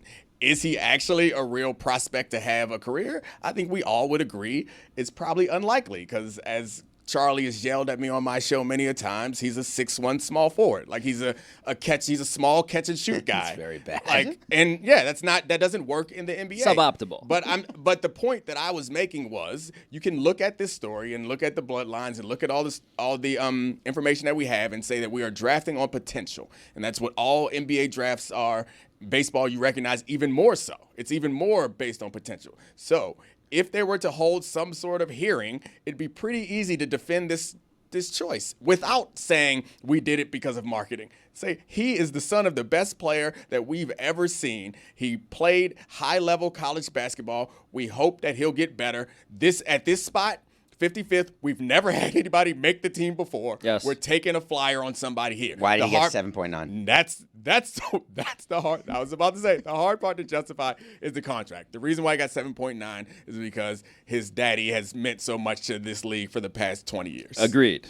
It sort of hurts the argument a bit. Oh yeah. And they could have done it better. They didn't need to give him 4 years. So okay, 7.9. let's do something that I like to do sometimes. Let's be defense attorney for an unpopular person. In this case, for the James Laker Industrial Complex. Would the move have been to just keep him like on a two-way deal to totally minimize the reward so that he begins to have to earn, it feels like, his spot? I think you treat him the way any drafted player gets treated, except for the fact that he's going to make the opening day roster, assuming LeBron's healthy. He's going to play in the first game LeBron is healthy so they can have the father-son moment. If it's opening day, it's opening day.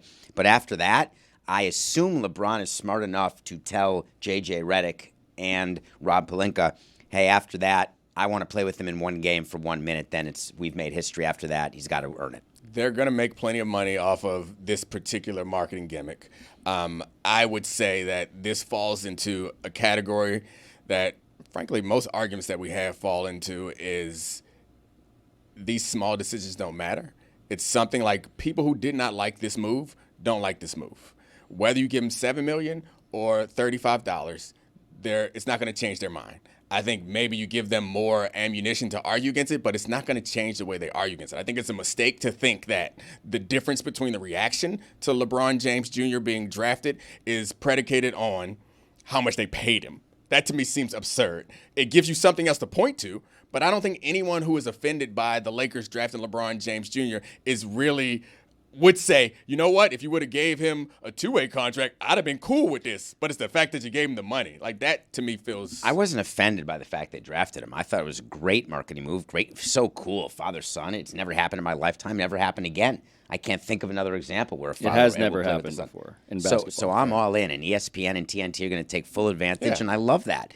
So that's not my issue. I just think the issues surrounding the announcement and then the actions after the draft is what has bothered me.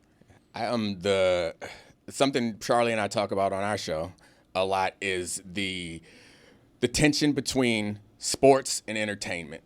And I think that this is where it gets really uncomfortable, is when you make money by entertaining people and when decisions can only be justified by how many tickets we're going to be selling. Makes it real tough. Thankfully, we have the former president of the Marlins to tell us all about how to sell tickets. I'm afraid David Samson is going to die soon. Huh. Just in general, or did something happen? David seems surprised by this. That's the problem. Because David Samson has sleep habits that are truly unlike any person that I believe to be functioning or alive. David Samson, how much do you sleep on average every night? We've talked about it. 2 to 3 hours.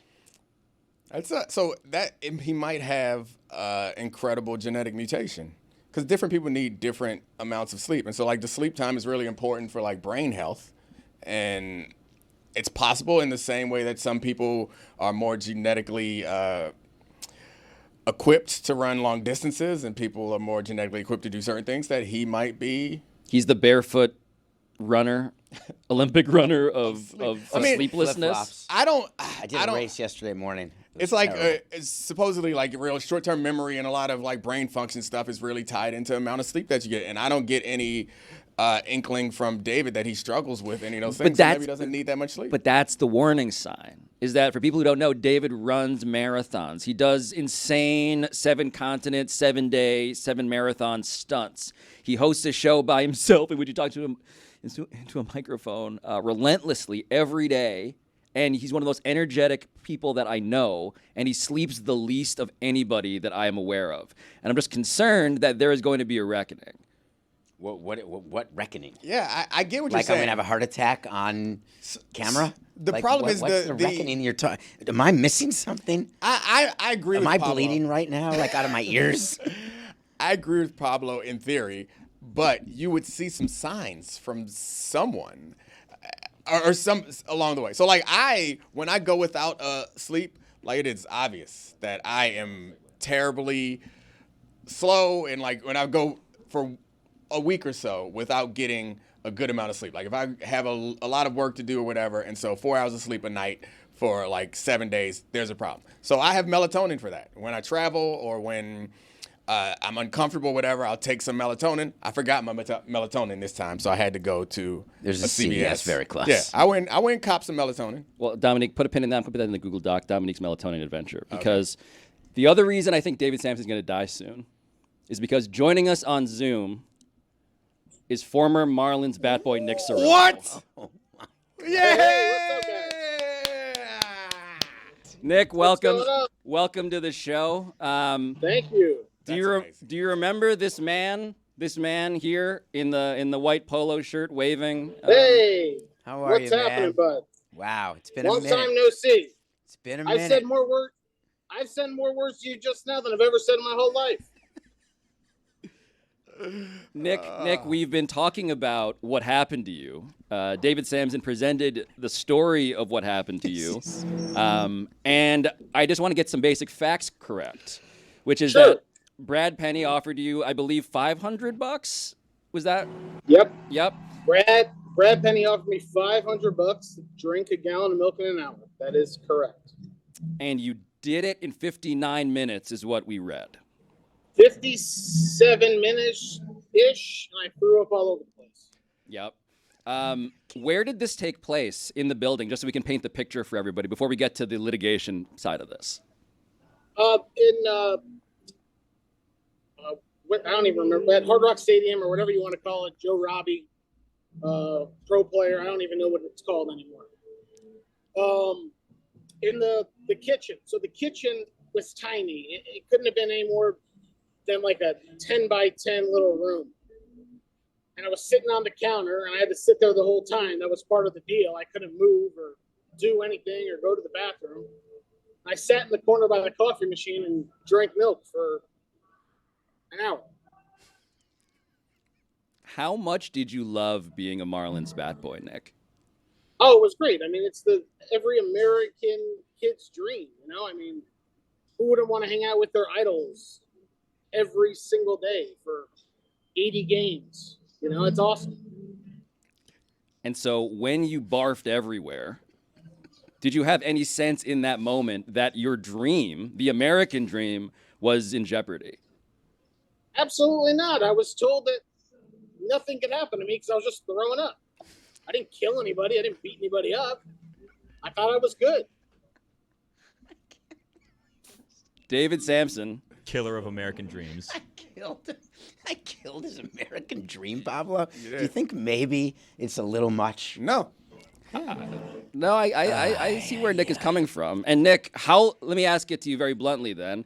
How long have you waited for the opportunity that you have right now on this show? Oh, probably 20 years. I mean, David Samson never ever actually face-to-face told me what I was getting suspended for. I never was called to his office. He never said anything to me. So I'd love to hear his side of the story. Coward. I've been driving to Disney World today, so I don't really know what's going on the show.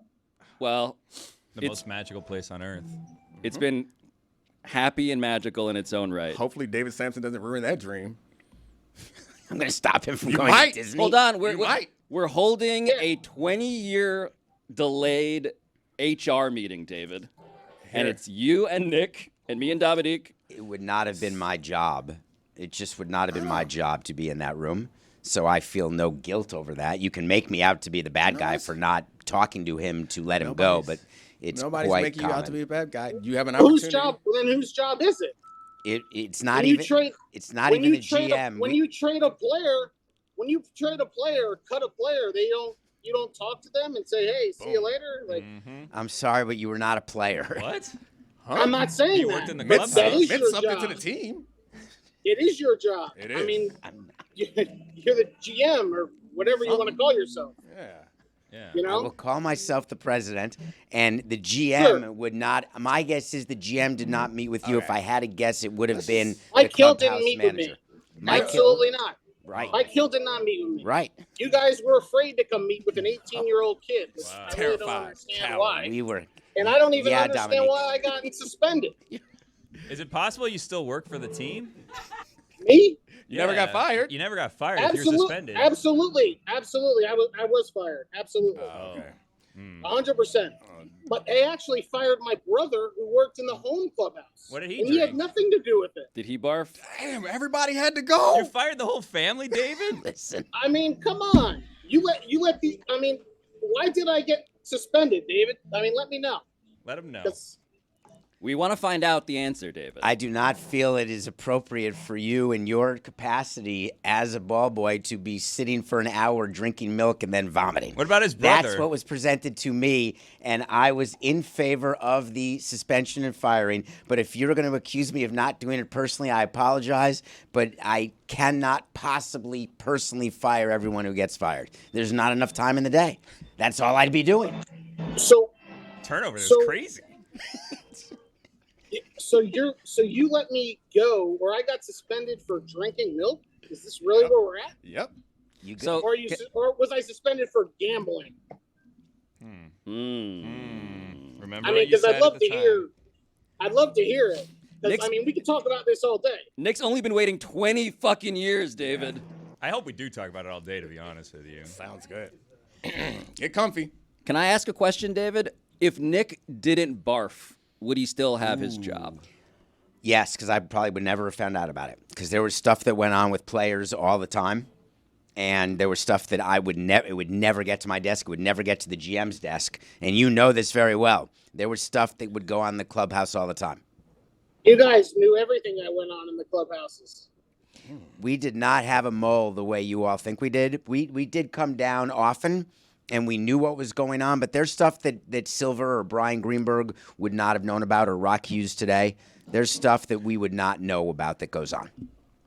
Everybody knew what was going on down there. Nick, what's the craziest thing that happened in the clubhouse while you were there? Do you have a great clubhouse story? Careful, we're live. I mean, some of them are inappropriate. I Okay, don't want to never talk mind. about Moving my on. crazy Yeah, family. clubhouse stories. You know, Moving on. that's a thing for another day. I don't want to out anybody. Well, That's not why I'm really here. Let me ask you a question more specific, though, Yeah.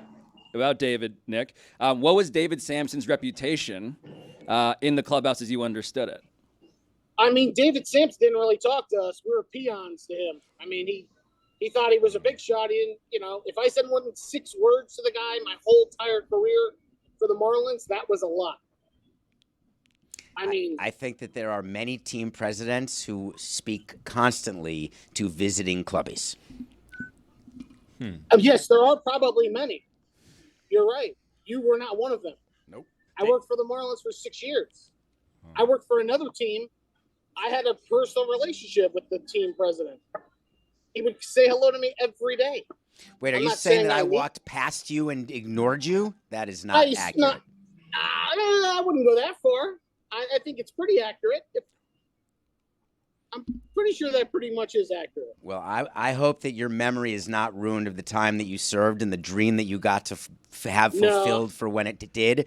I think you had a great 15 minutes that most visiting clubbies do not get when this happened, and I hope you look back at that fondly. Appreciate it. I mean, how's Letterman? it was that great. fun? It was a great run. Listen, I thank Brad Penny for getting me on TV. It was awesome. So does any part of you, Nick, blame Brad Penny as well as David Samson for the way that your time with the Marlins ended? Absolutely not. I have nothing. I have no issue with Brad. Brad did nothing wrong. Can I try one question? Is it possible that you want to thank David Samson because you got to go on Letterman? I didn't hear that. What was that? Is it possible that you want to thank David Samson because you got to go on David Letterman because David Samson fired you? I mean, Hug it out? I don't know if I want to thank him, but I mean, I'll thank him. You don't have to. I was just wondering. I mean, sure, why not? I mean, I love you, awesome. man. Thank you. I appreciate it. Oh, you found a picture. I mean, I of don't it. know if I would have got on TV without you suspending me, I would but I say did lose my job. Yeah. So And how did really- that lead to the downward spiral in your life? The downward spiral in my life. Potentially, yeah. Oh, I got a job with another team that liked me a little bit more. It is what it is. Oh, so upward spiral. Did you get a World Series ring? You said you were there for 6 years, and this happened in 2005. Yes, I got a World Series ring in 2003. Okay. It would appear that would be thank you worthy, but what do I know? Why'd you fire his brother? Yeah, why'd you fire my brother? I have no recollection. Allegedly. Yeah, I don't recall. You just get the whole family out because he might undermine. Yeah. Let's try to get some revenge. What's your relationship with dairy, David? Maybe there was Game something of more. Thrones. at it was play a here. cinnamon bet. With who? With dairy. Who's Derry? Dairy, Milk. like milk. Milk. Yeah, like Oh, maybe there's a oh. lactose issue here. Maybe No. there was like an envy that I he mean, could drink listen, a gallon of milk or something. Listen, we could have spun this a good way. I mean, Yeah. It's not too we late. could have had a milk sponsorship or something. Yep. Mm-hmm. I mean, why not? Well, the milk. This does bring us to a question, Nick, that I've been wanting to find out the answer to ever since we started the show, which is it actually possible to drink a gallon of milk in an hour without vomiting? No, it's impossible. Yeah, I'll take your Whole milk is impossible. I've never tried the other stuff. Wait, you tried it again? Wait, hold on. No. You did No, it just with that time. you did it with whole milk. Yeah. Yeah, I did it with whole milk. I didn't try it with 2% or 1% or any of the other things. He's a real one. No, that's the gig. Yeah, you is can't- whole milk. Well, I mean, I don't know. See, the problem is I drank it and I didn't eat anything, so I didn't have anything in my system to soak up anything. So I don't know if that was the problem. Would you want to do it again, maybe, when you're back from Disney World? Or I mean, Or now? we're here all sure, week. I'd Yeah. do it again. All right. So I'd do it again. Nick Cirillo, you're gonna come back on the show, and we're gonna figure out a $500. way to $500. When stream Dan's this. back, yeah. To stream you having an hour to drink a gallon of whole milk. Well, you can do it here in the studio. You still Absolutely. Wait, yeah, Nick, where are you based? I'm in Fort Lauderdale. All right, you're Okay. coming into studio, local? Well, pending the lawyer's approval. pending legal review, Yeah. and you're gonna have an hour to drink a gallon of whole milk with rewards to be decided, but involving both financial and perhaps justice-related consequences with David Samson. I think it'd be an amazing thing to do, but I would like to just slow Pablo down because we work at a company, and it is highly unlikely that this is going to happen. So I don't want our audience. Why is it Pablo, unlikely? you did not work here during the pepper incident. Yeah. We're not doing this again. Pending lawyer's approval. Yeah, let's sign some waivers. We got it. We good. There are not enough waivers that are written.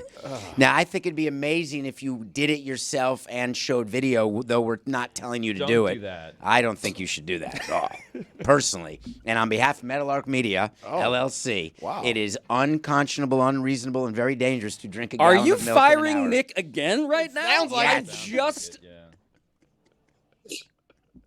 And you're welcome. I think he's just afraid I could do it. I think so I too. think that's what I'm You're hearing. damn also, right, to be Nick. honest You're with you. damn right. I don't think he wants to pay up is the problem. I will give you I'll put the $500 which I have in my bag on the table right now. Well, no, it's Sound 500 pretty 20 scared, years Samson. ago. Yeah, inflation I think you're adjusted. It's like Listen, we 40,000 can go now. do it in an undisclosed area. It's all good. Yes. You can sit there and watch me do it. I'm not worried about it. Back alley milk drinking It's competition. back with dice. Can we throw dice too? Whoa, what does that mean? So We can do whatever. Throw dice, Craps? play cards, whatever you want to do. Wait, We can play nobody? craps. Oh, God. As long as it hits the wall, we're good. Oh, you'll be playing craps, all right.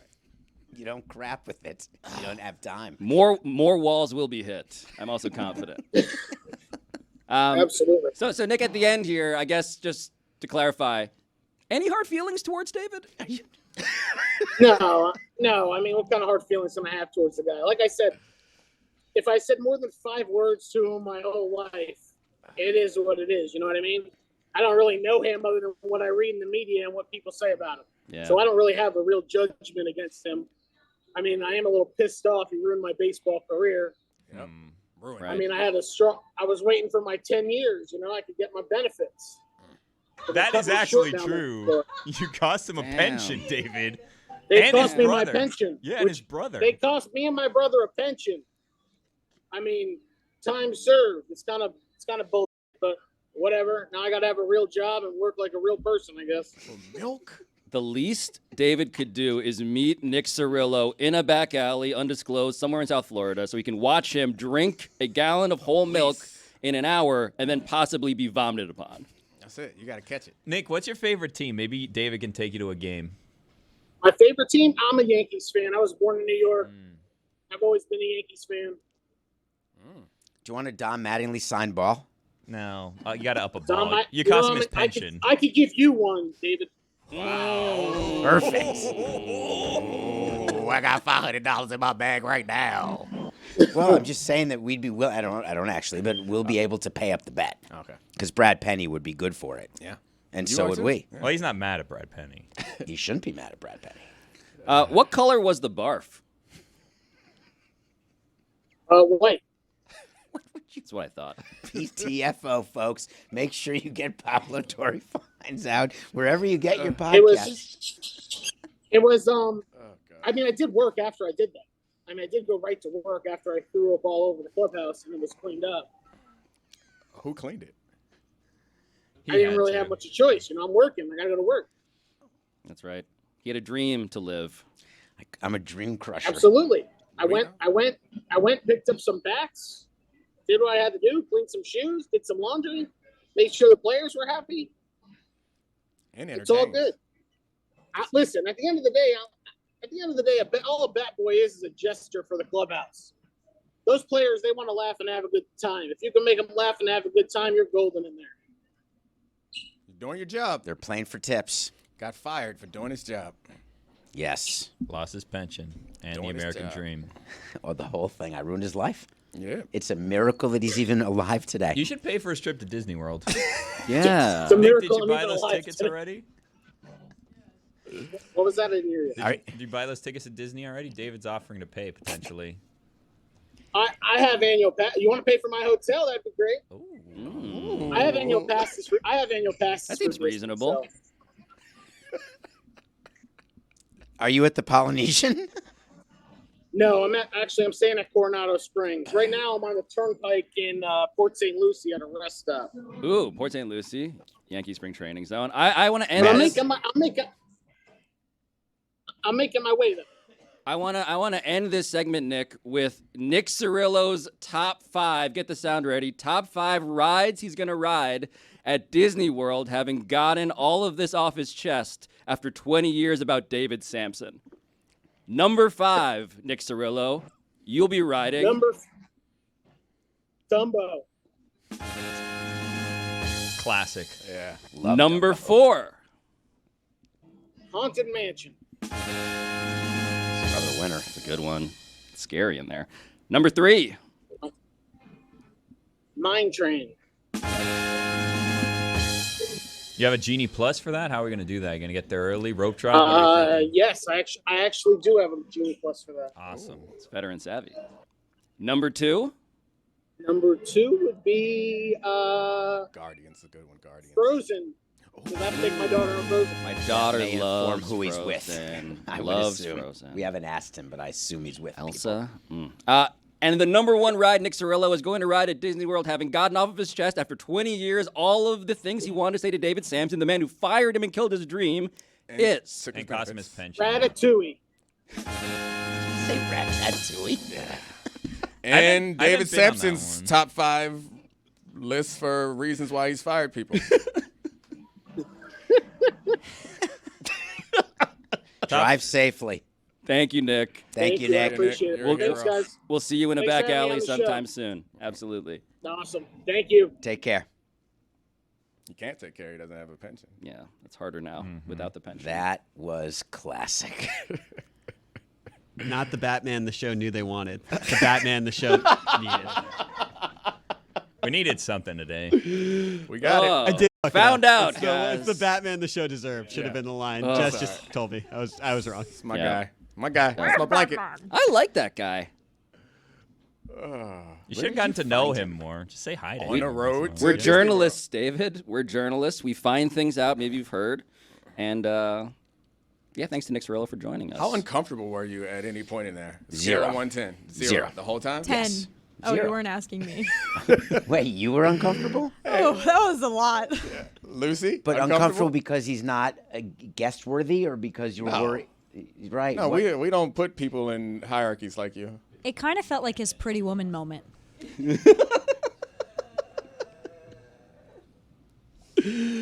Am I Jason Alexander in that case? I don't know the movie that well. I heard that his bobblehead night was very, very popular the other night. First 18,000, and the Yankees have been slumping. The Yankees have been terrible. They needed it. It's been rough. They're the worst team for- in baseball for Nick since June and 13th. my Yankees. The worst team in baseball. Little known fact there, Normie. You should get worse than the Rockies? The worst. Really? Yes. Wow. You should get Nick a George Costanza bobblehead. I bet that would make it up to him. So they only did 18,000, and the stadium holds 55,000. So people were lining up. It was a zoo, like when the Dodgers did the Ohtani bobblehead, and there was some violence and some bad stuff. They don't make enough, and they could. That's what really bothers me. I have a question for you in terms of that, because I've been to games where I have not gotten a bobblehead or said giveaway, right? And then, 6 months later, hey, the Marlins are at, a walk-a-thon, and there's a little table where you spin a wheel, and they have the giveaway that they allegedly ran out of, and they're giving it to people who just spin a wheel and it lands on that. Yeah, we keep an extra pallet that we use for giveaways for people who complain. Every employee got every giveaway, so there's a pallet for that. And so basically the reason why there's a limit on the number of giveaways is based on the sponsorship dollar allocation. And so you match up how much money you're getting from the sponsor for that giveaway, what the cost of the bobblehead is, and you always order more that the team keeps. When I went to an Angels game when Ohtani was playing there, they were giving out snow globes of him, and there were so few people there that I left with like 8 Shohei Ohtani snow globes and just gave them to my friends. You could sell those in one of your junk sales. I don't know where they are now, and it's not junk. Well, isn't everything you get not junk at the junk sales? What? No, what? I thought that when you You go mean to a junk state sales, sale? She buys sales. estates. Yeah, and I'm not dead, so I'm not ready for my estate sale. No, but I quite thought yet. that the things you find are things that are really cool. They are really cool, so they're not junk. Yeah, Lucy is scrapbooking junk. Yeah, that's my junk journal. Journaling junk. Yes. One man's junk, also Another man's treasure? treasure. I'm with you. So where are the snow globes now? I gave a lot to my friends. I think I have one at my dad's house, and there's probably one packed up in my stuff, but I had a lot of Shohei Ohtani snow globes. They're worth something now. I think they were worth something then, too. She gave them away because she loves people. She didn't have to monetize it. People are obsessed with giveaways. Yeah, it's It pretty is weird. you do season ticket packages based on giveaways. There's a whole meeting that happens when you're doing your giveaway calendar that you choose when to do it, what day of the week. It's crazy. Welfare state. No, it's just how do you maximize the giveaway and what do we think people are going to like? You don't think it's bizarre that people love the Seinfeld? You don't think it's bizarre that dude wants to ride Ratatouille? So I have a CPAP machine now. God, I'm you must be jealous. so attractive. Have you gotten diagnosed, Billy, with No, sleep I apnea? wish. So it's pretty cool.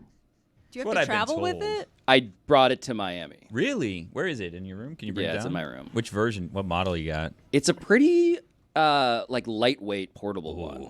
So Go on. most CPAP machines, if you're not familiar, people think about them, they're like, oh, the Darth Vader mask. And so CPAP, by the way, stands for continuous positive airway pressure. And so you put the whole thing on, it's like a gas mask. This is not that. It's just a thing you put in your nose, light straps.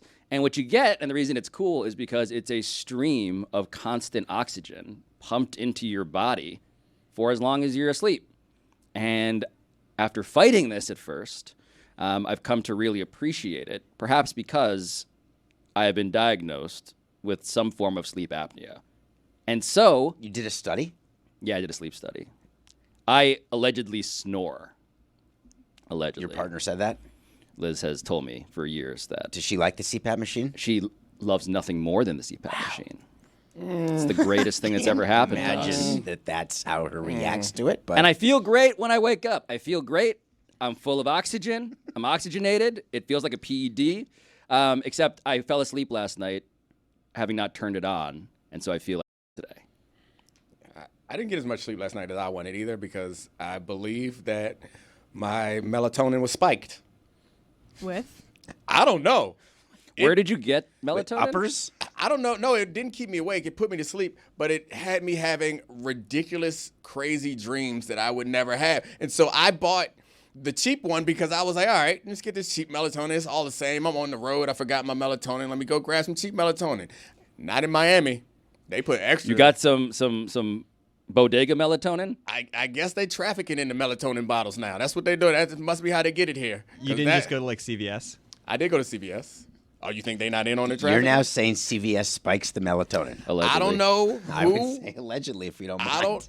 I don't know who spiked my melatonin, but I had a ridiculous dream about one of my friends trying to kill me, and I had like a sleep paralysis situation. Oh. And then I woke up to like floating heads. I mean, I thought I was awake. You ever had a dream where you dream that you woke up? Yep. But then there were like skulls floating around my room, and I was like, oh, I'm still asleep. Eventually, I woke up and I texted Charlie like, hey, Charlie, I think somebody spiked my melatonin. What time was this text? Like 11. Oh, Yeah, like all this 11 happened PM. before 11 Yeah. p.m.? Yeah. What time did you go to bed? Like 9:30. My guy. Samson, what are Growing you boy. doing with like the Pablo not looking hot while he's asleep thing? I just, I look hot.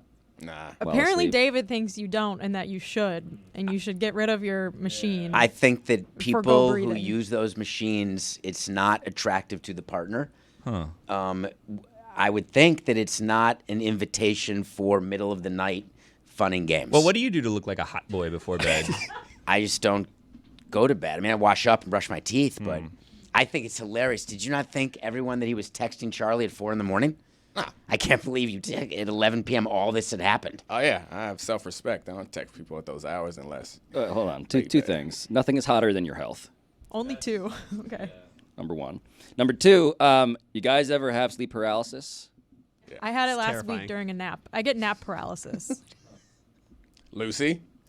Yes. Also, your melatonin thing, every time I take melatonin, I have like gnarly dreams too. Last time I took it, my dream was that they sent my brother to Mars and that things went bad and they would not go get my brother. And I was like, please, somebody go get Jack. And then I woke up. Call Matthew McConaughey. Jack is so cool. He will never go to It's Mars. an underrated feeling when you have like a nightmare or a creepy dream or some scary dream.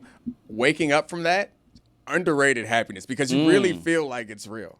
I've had that dream with like the anxiety or stress before a big game. I've had the dream that I had that big game coming up, and then I would wake up like, I got to worry about Randy Moss today at all.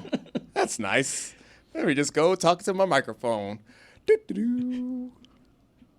I have that, except instead of Randy Moss, it's biology. Class? Just a test. I get those dreams too. Yeah. Where I like get it like probably once every couple months where I'm like, I don't have enough credits to graduate. Yeah, same. Or I have a final and I don't know if I'm going to pass Yeah. this class, and what do I do if I don't graduate? The trauma we all have. We've all had those dreams. Can I admit what mine is? What? It's Dan. It's not having things ready for highly questionable. Really? Yeah. He's I your had- sleep paralysis Dan- demon. Yeah, I had insomnia because of Dan when I worked with him. None Oh, of us that's can so relate. real. Yeah. That's so real. I like the idea that Dan is the demon at the edge of your bed that you Once- can't. Where are my topics? Once every 2 months, I just have a dream where These Dan's glasses are sitting there real. hyperventilating, being like, "Why is the clip not ready? Why?" I had a really weird one a couple months ago. It was that I had drank too much milk at work, and then I got fired, and my pension got taken. And then I woke up and was so relieved that no one would be so ridiculous And they as fired your brother. to fire me and my brother I still don't get that part of the because I story. drank a little too much vitamin D and I threw up. White. What? It's white. Why are you looking at me like that? That was a rough dream. That's a tough dream. I was I mean, hurt. can you imagine that being somebody's reality? He lost his not- American dream that day. That's quite. A dream deferred. George Washington is proud. That's the I American think King dream. George is proud, honestly, of your actions. Speaking of the UK and Britain, I have an F1 minute from the British Grand Prix. We could use it because Yes. I watched every minute of the 52 laps and it was awesome. We can talk Wimbledon later, Charlie. Don't get us off track. said UK. Billy, hit the music. It was a great race. I agree. We agree for the second time today. I wouldn't have fired that guy, though. But that's a conversation there, for you another would've. day.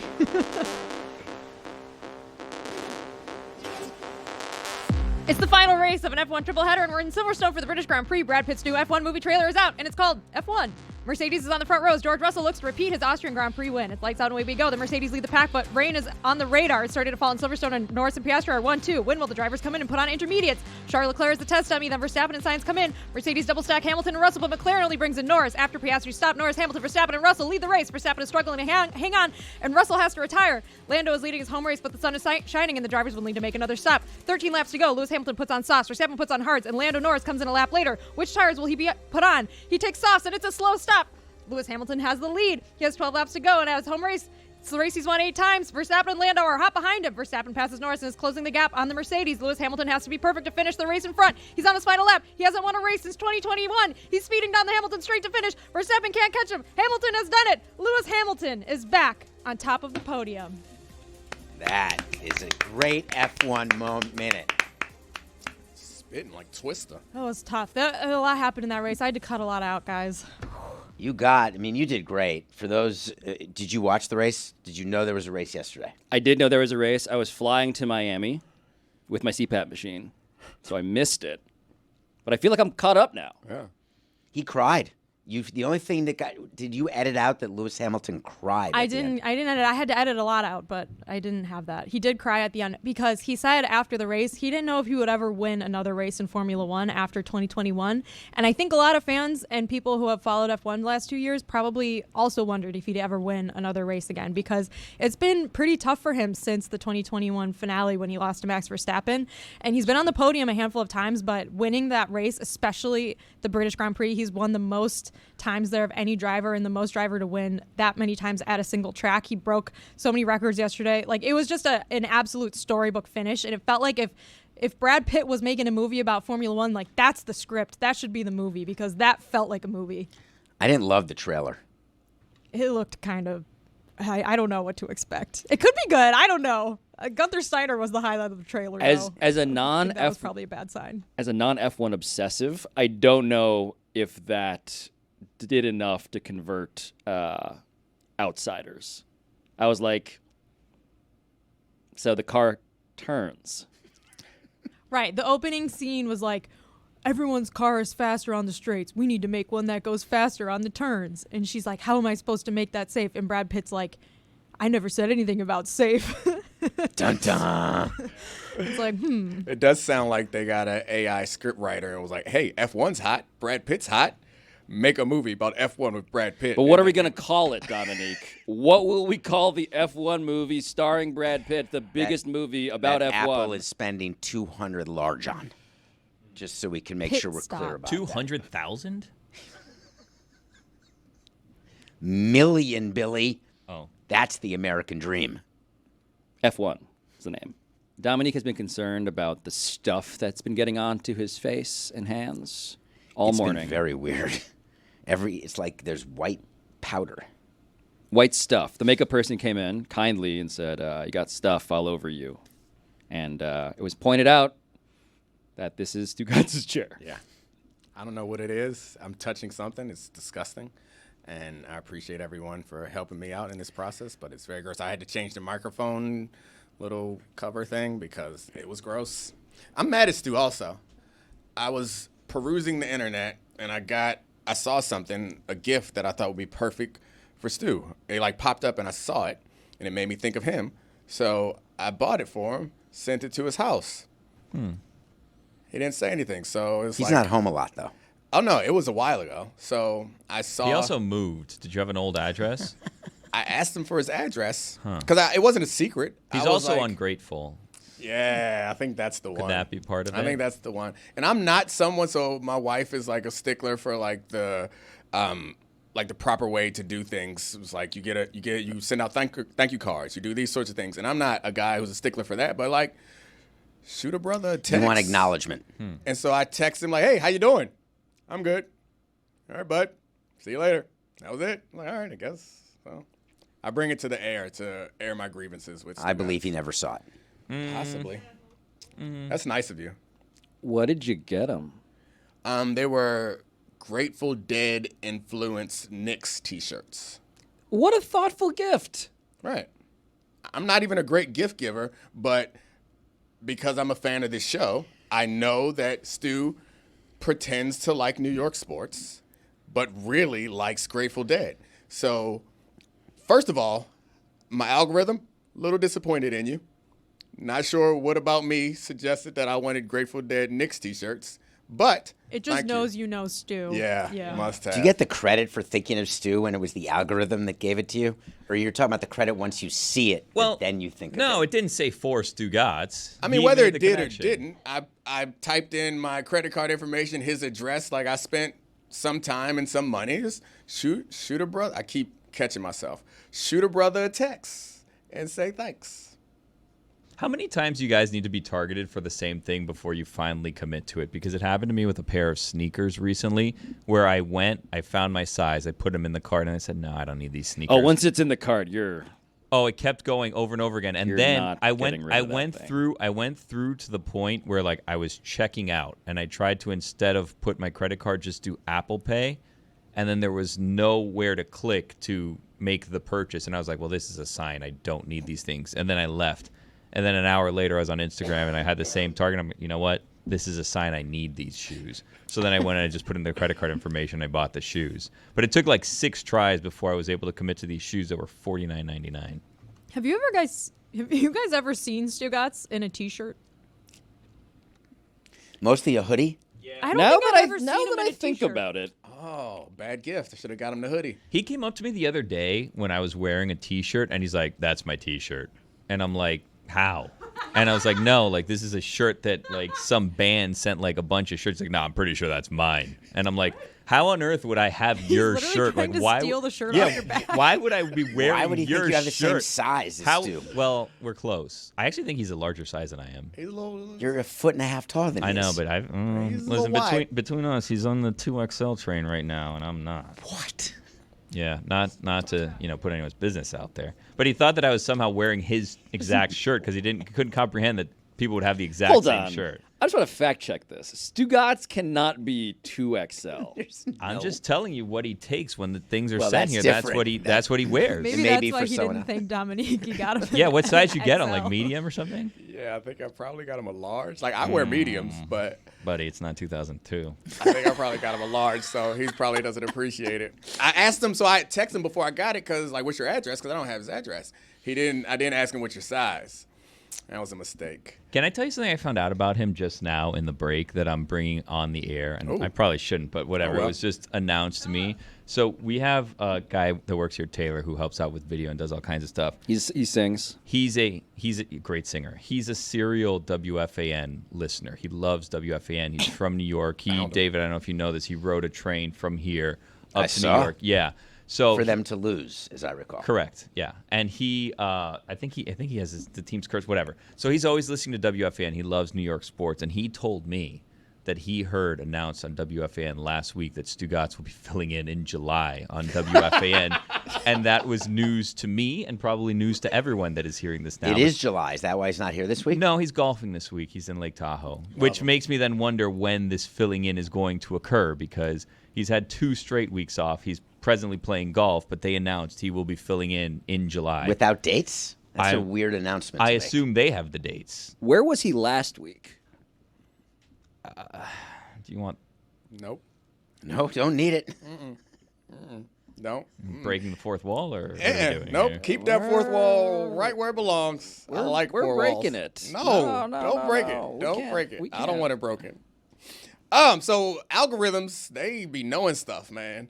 I have a weird situation where I learn things that I'm into by my social media. So like I just discovered TikTok. I'm into scare videos now. So I used to be a guy What's who the was scare like, video? It's like they do a compilation of people jumping out and scaring people. And I find it incredibly hilarious, and I'm embarrassed because I fancy myself somewhat of a smart guy who like appreciates some highbrow HBO level content. But you show somebody getting scared, and I mean, you got me. I'll go Like and- haunted house? No, just regular people. Like The Shining? No. So like, assume you walk out of this studio, and I'm standing on the other side. Someone else has a camera, and I go, "Ha!" And then you like jump and flinch and drop whatever. Compilations of videos like that. And I love them. How do you get on that algorithm? I don't know. I think they probably just tested me one time. I don't know. You will be now, David. Yeah. I will never be. I don't like being scared. I don't like, it wasn't Instagram, it's TikTok. I don't really like Instagram either because I don't really care, and this is sad, but like I don't really care about other people's lives. TikTok is more like entertainment than it is. Like, I don't want to know what you're doing. I don't care. If I This cared, is I why would you call don't have friends, right? Yeah, that's Okay. exactly why I don't have friends. This I adds want to up. know, I would like my friends for the day to join in. And Lucy, what is the weird thing in your app? I feel like asking Lucy what is the weird thing is... It's going to involve What do you junk. What's the normal thing on Lucy's algorithm? Okay, so 2 things. First, related to your last point, I saw a girl that I went to high school with on my TikTok For You page the other day, and it infuriated me. I should never see someone I know on my TikTok For You page. Also, she lied in the video, but I'm not going to bring that up. That's not the point. Wait. Is she herself an influencer of some kind? No, she like was in a Man on the Street video, Yeah. and she said she was from a different town than we were from. And I said, I know, that's a lie. But I'm not going to say her name. But I'm not going to bring TikTok up the video. knew that you knew her, and that's how it ended and up it on made your me For You so page. angry. Is I she said, famous now? Like No. we've discussed the How bikini would- contest before. Was she judging that this weekend? Maybe? The video has gone viral. Oh. But like not in a bad way. Like she looks great in the video, and I'm not going to bring up anything because it's not. I'm She's not just gonna a dox her. liar. But she said she was from a different town. I said, you're not from there. What town did she say she was from? Not going to say because they'll give the video away. Man, so we don't know what Stugotz was doing last Yeah. week. We don't know where this girl's from. But She out no, here I know where claiming- she's Can you from. find She's some just Fine. like, I'm supposed to be You finding can't stuff be, out. But it you can't be repping sets that ain't your set. That'll get your ass beat. it made me just very, very angry. And it wasn't even that she lied. It was that like I go on TikTok not to make sure I don't see people I know. Right, yeah, it's for entertainment. And I don't want to see you. But the videos that I am really into right now, and I've talked about this on Mystery Crate, is Jasper the doll. And she's a doll that's like kind of crazy. And so it's like I get a lot of puppet and doll videos, and they are so funny. I actually bought a cameo from Jasper to give to my sister for her birthday. I'm She loved sorry. it. You guys gotta look up Jasper the doll. You will not. You like won't it. like her at all. Oh, gosh. Oh, I love Jasper. That's scary. Her videos are so funny. I don't like this. No, she's so funny. She's such a crazy doll living her crazy life. She's hilarious. Would you guys be reacting like this if she looked like Barbie? Probably not. But she's made Doll videos shaming. that she's not related to Weird Barbie, that they are completely different. Seems similar. I also, like, I've moved past this, but I had a phase where I was into, like, pimple popping, ingrown toenail removal, So disgusting. ear cleaning type of stuff. It's not. It's actually... When they it's like- pull the big thing out of your ear? It feels Oh, good. did I tell you that I went Does it to not feel to good go to see to a CVS? Shout out to CVS. Nope. Twice. Don't shout them out. For getting my ear cleaned Ooh, me professionally. too. Did they ask you if you had a ride home? They did not. That's not for your ear, Billy. They No, asked. it's- They like, asked it, me it should that. it could mess up your equilibrium. That's what they right? said. They said a lot of people need to kind of sit down after the fact. I didn't because I'm a superhuman. Yeah. They didn't ask me, maybe because I present more like a an Confident, adult. yeah. But I got my ear professionally cleaned with like water and all those things. Irrigation. Irrigation. Ear irrigation. Ear irrigation. Irrigation. Irrigation. Nothing came out. Oh, wow. It was incredibly disappointing. Oh. Was there nothing in there, or they just Not for didn't me do to a good say. job? They tried for a long time, Nothing between those ears. and they said there's no great TikTok viral revealed. Why did you nothing think? came out? Why did you think you had something in It there? felt a little stuffy in there. Also, I think I just seen so many videos where I was Yeah. like, I want that You feeling. can get a picker.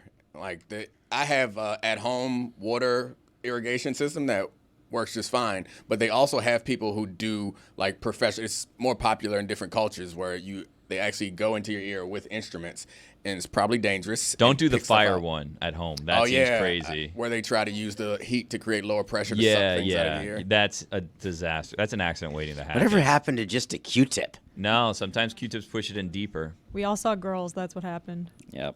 Little hydrogen peroxide in there. Did you guys see what happened to PK Subban, by the way? Like, so last week he went to, I guess, like an ENT or whatever. He went to like he had lodged in his ear a piece of his headset from Game 7 of the Stanley Cup Final, and it was in there 8 days before he realized, and they went in and took it out. It was just a piece came off and was stuck in there, and they had to go and remove it. He's like, I guess, it felt like he had lost hearing because of how loud the arena was or something, and then nope, there was something lodged in there for 8 days. I feel like I would know if something were lodged inside me for 8 days. I think it's... One time my earring got stuck inside my earlobe, pushed it all the way in, and it was just in there, and we had to cut open my ear and take the earring out. And it was a long time. It took you 8 days to notice you didn't have the earring on? It took less than 8 days, but I was a kid, so it took a lot longer for me to tell someone that my earring was stuck inside my earlobe. I had an But eel it's good bone now. stuck in my throat once. A but what? Not the same. Eel bone. Yeah, from sushi. I had to go to urgent care. Anyways, you have a lot of like tooth and ear stuff, I feel like. Yeah. What are you going to do? My algorithm is iOS 18, and What is that? Sweet. What? Like it's the next version of the phone, it's right? the next version of the update, Oh. and some movie lists. You and get hold stuff. on, wait. You get served videos about the next Apple software update. And so I'm just imagining that my algorithm is not as amazing. Are you up to date, or are you like very behind and like, buddy, we're about to be by 18? No, I'm always up to date. Okay. I download it the minute I can. I'm not a beta person though. You're an alpha. You can but you can use the beta version of Beg to iOS differ. 18 right now. But I don't want to do that. Does anybody have something in their algorithm that's slightly more interesting than phone updates? I get a lot of bodybuilders now. What? Male or female? Why? Male. They know you're working on your summer bod. Yeah. They've overheard me talking about getting on gear, taking tren. Oh These are yeah, just we've terms. talked about this. Domonique, me and you, we should have done a cycle when we were doing. Yeah. debatable. We're Thanks for including the rest of us. No idea what you're talking We about. didn't work together at that point. This is when we did a show together. we all did and- steroids yeah, together for a while. We wanted to be jacked like Domonique. Yeah. Did you actually do a cycle together? Well, according to my algorithm, yes. Turns out I'm very, very fluent in how you would use lots of testosterone and/or tren and/or HGH regimens to get the results that you need. And what's jarring to me, I guess I never really thought about this, is like how much bodybuilding is entirely aesthetic. Yeah. Like the Spray tans. I see the spray tan tans, videos a lot. it's remarkable. I'm like, I guess it's not for me to criticize how much people love spray tans. Well, you thought people got to like 455 pounds and jacked for health reasons, not for aesthetic reasons? But even that it was more about like a functional strength. It's so entirely like people photoshopping their bodies. There's a YouTuber who's really popular, one of the most popular. This is how I got started on this. There's this kid, Sam Sulek, who's one of these YouTubers. I don't know if you ever heard of him. People out there in the world may have. He is one of the most popular YouTubers. He's 5'11", approximately 300 pounds maybe, but fully jacked. Maybe find a photo of him. And there's this whole conversation on the internet about like natty or not, about whether they take steroids or not. They obviously do, right? Every So- bodybuilder takes steroids. Yeah, I thought so. You can't get that It's like body professional naturally. wrestling in the 90s, right?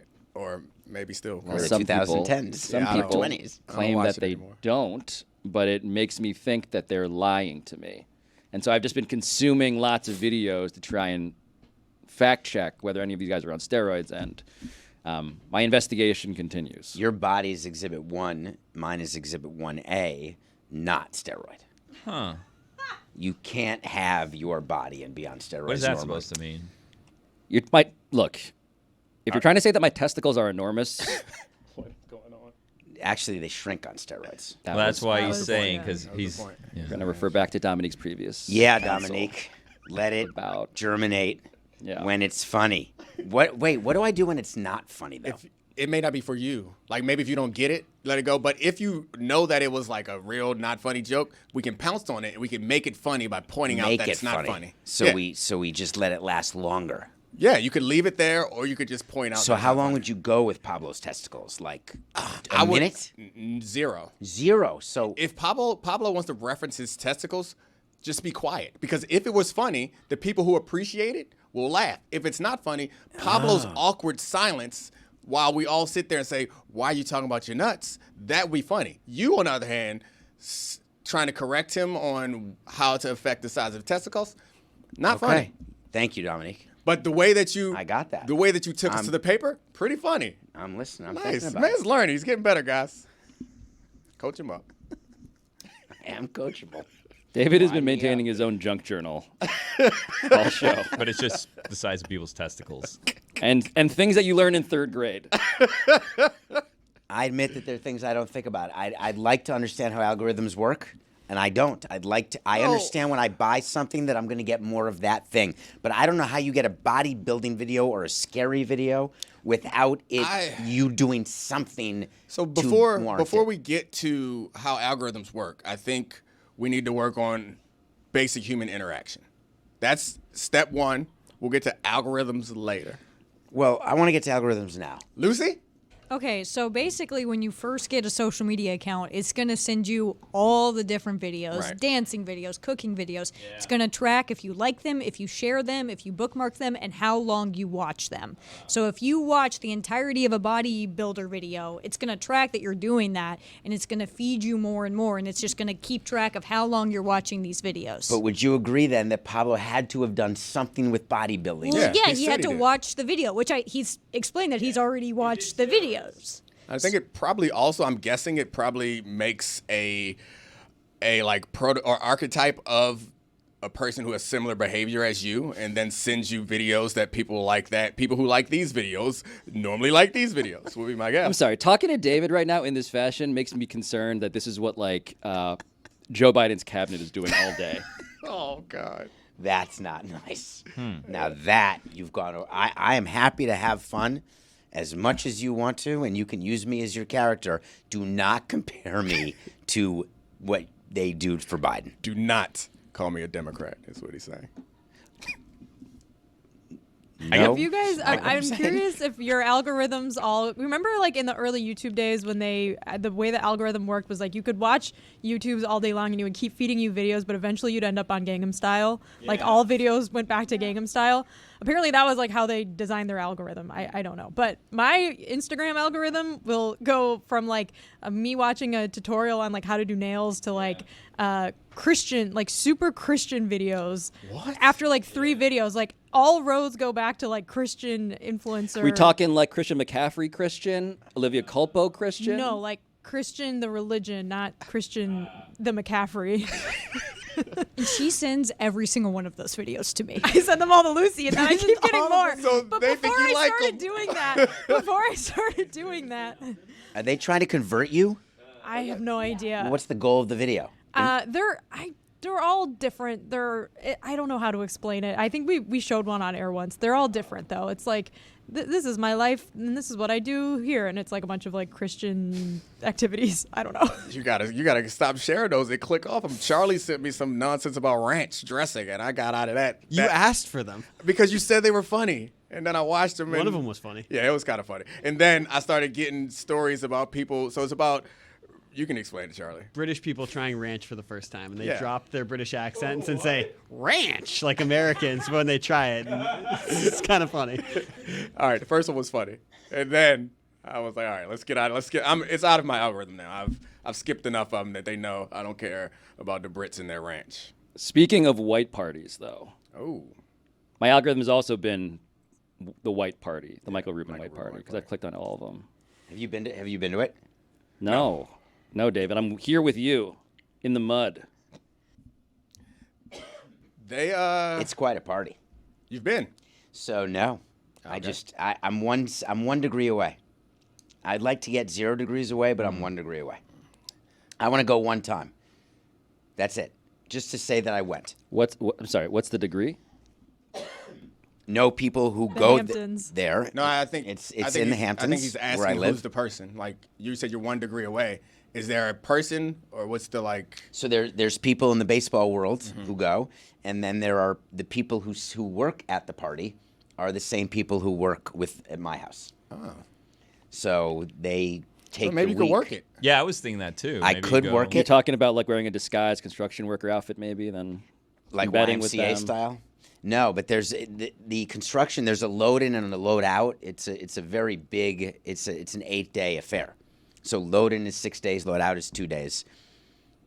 So you got to be part of the load-in crew, and then you have to like do So- inside man it. You well, know what I you're mean? still all of them are on duty the night of the party. No. What he's No. saying is you sneak in with them while they're getting ready. Yeah. And then you get in a potted plant and stay there until the party starts. You make a While false wearing wall, white. you hide behind the wall, and then day of the party, you break out while no one's paying attention. Perhaps a room service cart. You get in there. Yeah, that's nice. It's become the party of the summer. Wait, are we talking about the Michael Rubin white party? hope so. I thought we were talking about when the Marlins batboy drank a bunch of milk. That white party. That was not a party. I didn't even have a party at that moment. We're talking about the Michael Rubin white party that just happened.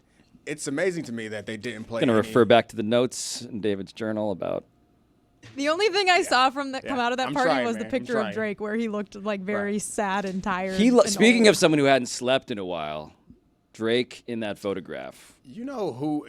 Kendrick Lamar has run the best campaign of the entire summer. It's been incredible. And it comes to mind because they didn't play any Kendrick Lamar at the party because Drake was there performing, which seems impossible to me that you cannot play the song of the summer at what is supposedly the party of the summer. But I guess you don't want to disrespect Drake in that situation. But it made it feel like, as cool as that party and popular as that party is, Kendrick kind of made it feel whack by releasing his video on the same day, dressing in all white, while his criticism of Drake is that he is a white person culturally who is stealing black culture, while all you famous black celebrities are at this party dressed in all white. Kendrick's won the summer, guys. I wish he could run for president. Kind of made the white party feel like the Live Tour. I agree. Yeah, It's sort of like, what did you say? Oh, okay. There's You a would whole appreciate- I don't know how much- authoritarian vibe here. I don't know how much you've kept up with the beef, but you would definitely appreciate how methodical and disciplined Kendrick has been from the beginning of it. Like, it seems like every play, every move that he's made has been well thought out, years to plan, all the way to the pop-out concert, to the music video release. It's just been It's prestige-like. You Yeah. got to be willing to cut off your finger. If you're gonna, you got to do everything for the bid. Speaking of the prestige, we stuffed David into a white cake and loaded it into the party. The prestige. What a pop-out. Helen of Troy. That too. I'm in for whatever we would do. It'd be very good. I think the better person to go to that party though would be Stugotz. Yeah, Him don't they- walking around that party. Somebody mentioned it. You made me think of this. Someone mentioned this earlier, that they like evaluate people's. Yeah, I saw a clip. I don't know if it was from this year or another year. I think he was on Part of My Take saying that at the end of every year they evaluate everyone's performance and they cut 75 people because there's a 350 person max. Oh my god. So And every year there's 75 people chopped off. So It's Stugotz good for the would- business people. Stugotz's white clothes would be stained yellow by his fingers. Terrible. but I feel like as a party participant, Pablo would be the best of the people that are here, and Stu probably be pretty good. I think I'd be among the worst. Because you would just refuse to actually make small talk. Yeah, I think so. I mean, I'm just not a party type of guy. I'm a good time sometimes, but What like, do you like? I don't know how much you've kept up with the beef, but you would appreciate. I don't know how much you've kept up with the beef, but you would definitely appreciate how methodical and disciplined Kendrick has been from the beginning of it. Like, it seems like every play, every move that he's made has been well thought out, years to plan, all the way to the pop-out concert, to the music video release. It's just been What do you like? You guys. Scary videos. You guys. So I think more than anything, the small interactions that are like genuine. Whereas party, I feel like is unless you're drunk, it's a lot more performative. See, this isn't true. We were in Vegas for the Super Bowl, and Domonique said he didn't like parties. Next thing you know, he was tickle fighting Brandon Marshall at Jason Kelsey's Super Bowl party, and didn't want to leave. As I mentioned before, Who won the tickle fight? Man, undefeated against B. Marsh. He couldn't get open against me. I had 2 picks against him when we played them, and also plenty of tickle wins. He's so big and cuddly. He's not ripped like me. Can I introduce Domonique to a new friend after the break? Domonique keeps lobbing very philosophical questions. They're not for now. These are like potential We're fallbacks. about to start the show. I know. We already had something to talk about, and then I throw something out because I'm like, all right, we got to do a lot of hours for a lot of week, so let's just have stuff. You're just chumming the waters. No, I just got to give people stuff put in their head. This is how you do the show. You guys don't know how to do this. I know how to do this. I'm writing it down in the doc. Exactly, but like you just see what sparks people, and then you But have it for later. Here's the tricky part is that, and you'll find this out throughout the week, every day it's different people. So, like, you're chumming the water with people who may not be here tomorrow. So if you get a bite, then that fish may not be there tomorrow. I got you. However, we still have a lot today, so, like, we're headed We don't. into... This is it. This is the last segment? Yeah. We're done. What This do you is, we're finished, yeah. Time flies, Flew huh? by today. That was fun. Well, in that river case, yeah.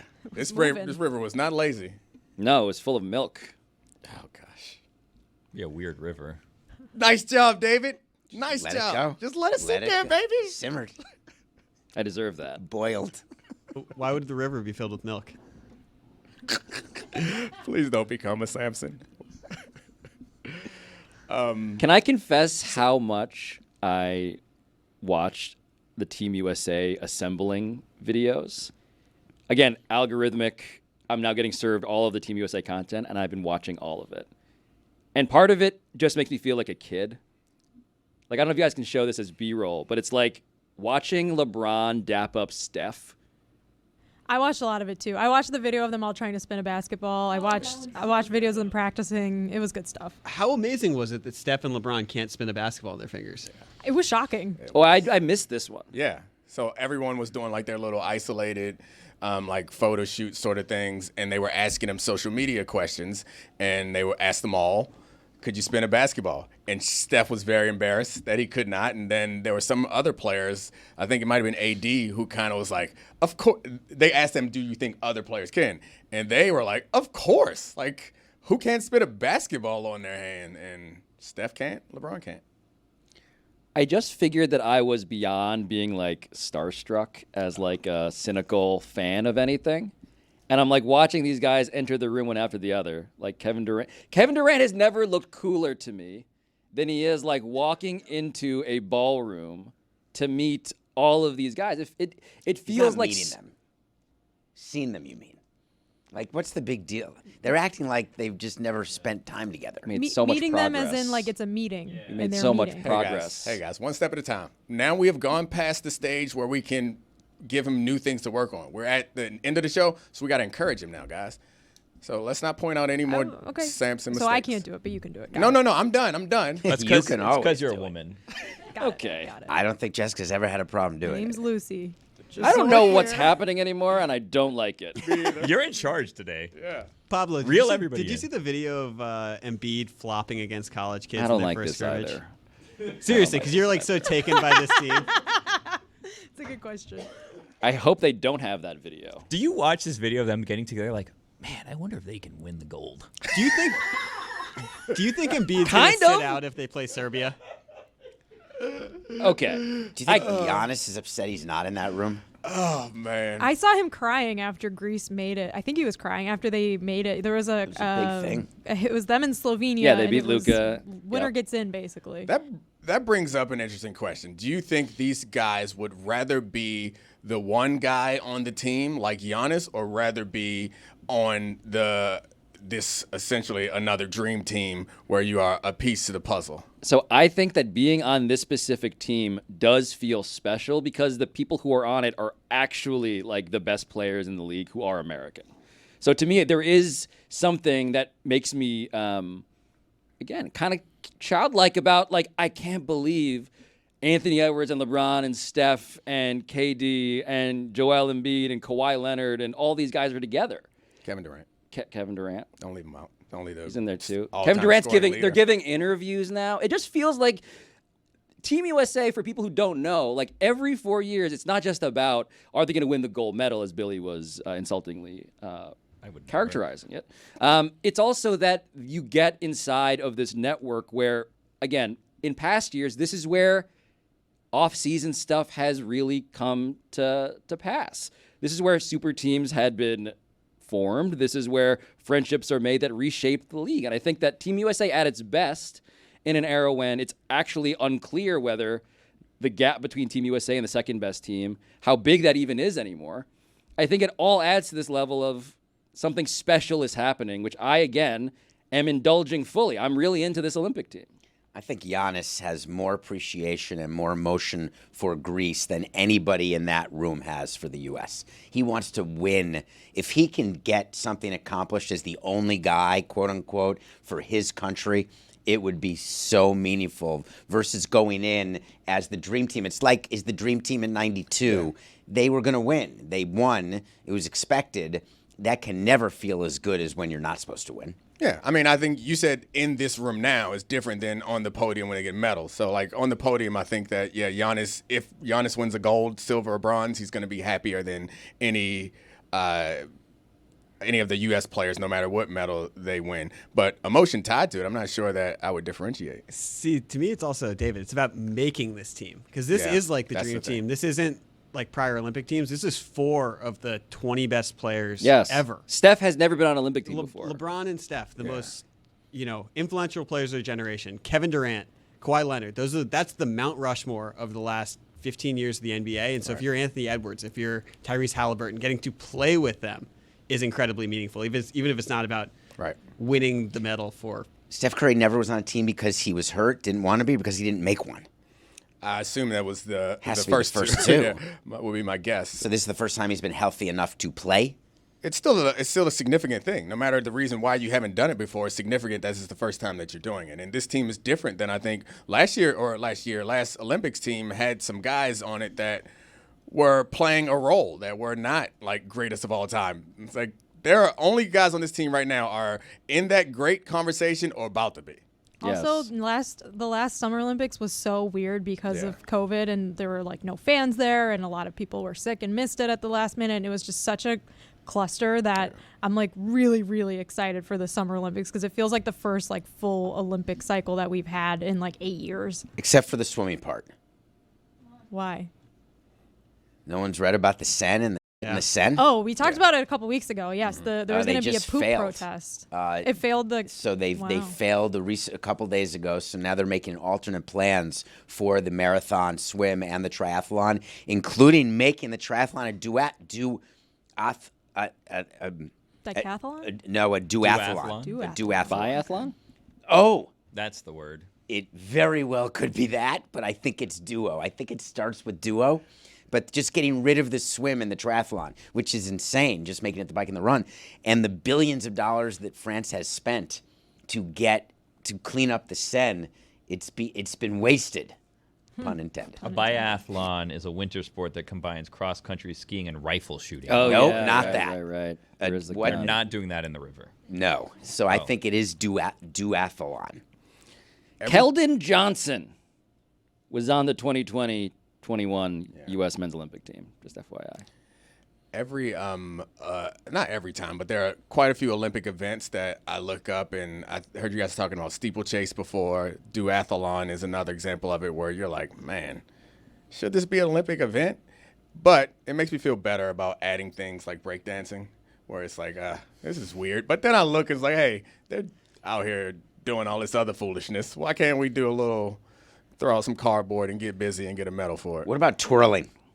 How do you feel about twirling? What's twirling? I have a quick twirling baton story. Twirling. Yes. My friend did it growing up. It's insane. It's super hard. And they do it while the thing's on fire. I don't understand it. I was playing pickleball indoors, and next to me there were 2 people training for the twirling championships in Sweden. And they're trying to get twirling into the Olympics in 8 years. And so they're making a big twirl push. And the way they practice the twirling, they're throwing this thing up in the air, and it's the highest indoor ceiling in Long Island. Speaking of hitting the ceiling of this particular show, joining us now over Zoom is Brad. Whoa! We did it! Brad! Brad, welcome to the show. David Samson is sitting next to me. We've been investigating a story that You look great, man. that I wonder how much you recall about. The story of you paying $500 to a now former Marlins bat boy and him barfing very white barf all over the clubhouse, I suppose. Yeah, I mean, you cut out on that first part, but yeah, I was shocked. I mean, David laid the hammer on that poor kid. At that point, it was, let me think, it was 10 games for steroids and how long for milk, Samson? 6 games, Brad. 6 games, that poor kid. Are you sure that's all that was? No, it was forever. Why are you laughing? It was a lot more than 6 games.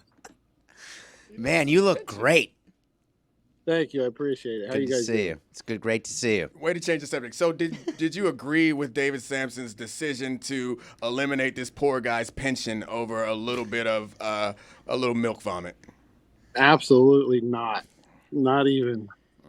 I mean, the kid still did his job. He did throw up, but then he moved on and did everything he was supposed to do that day, and he didn't miss any work.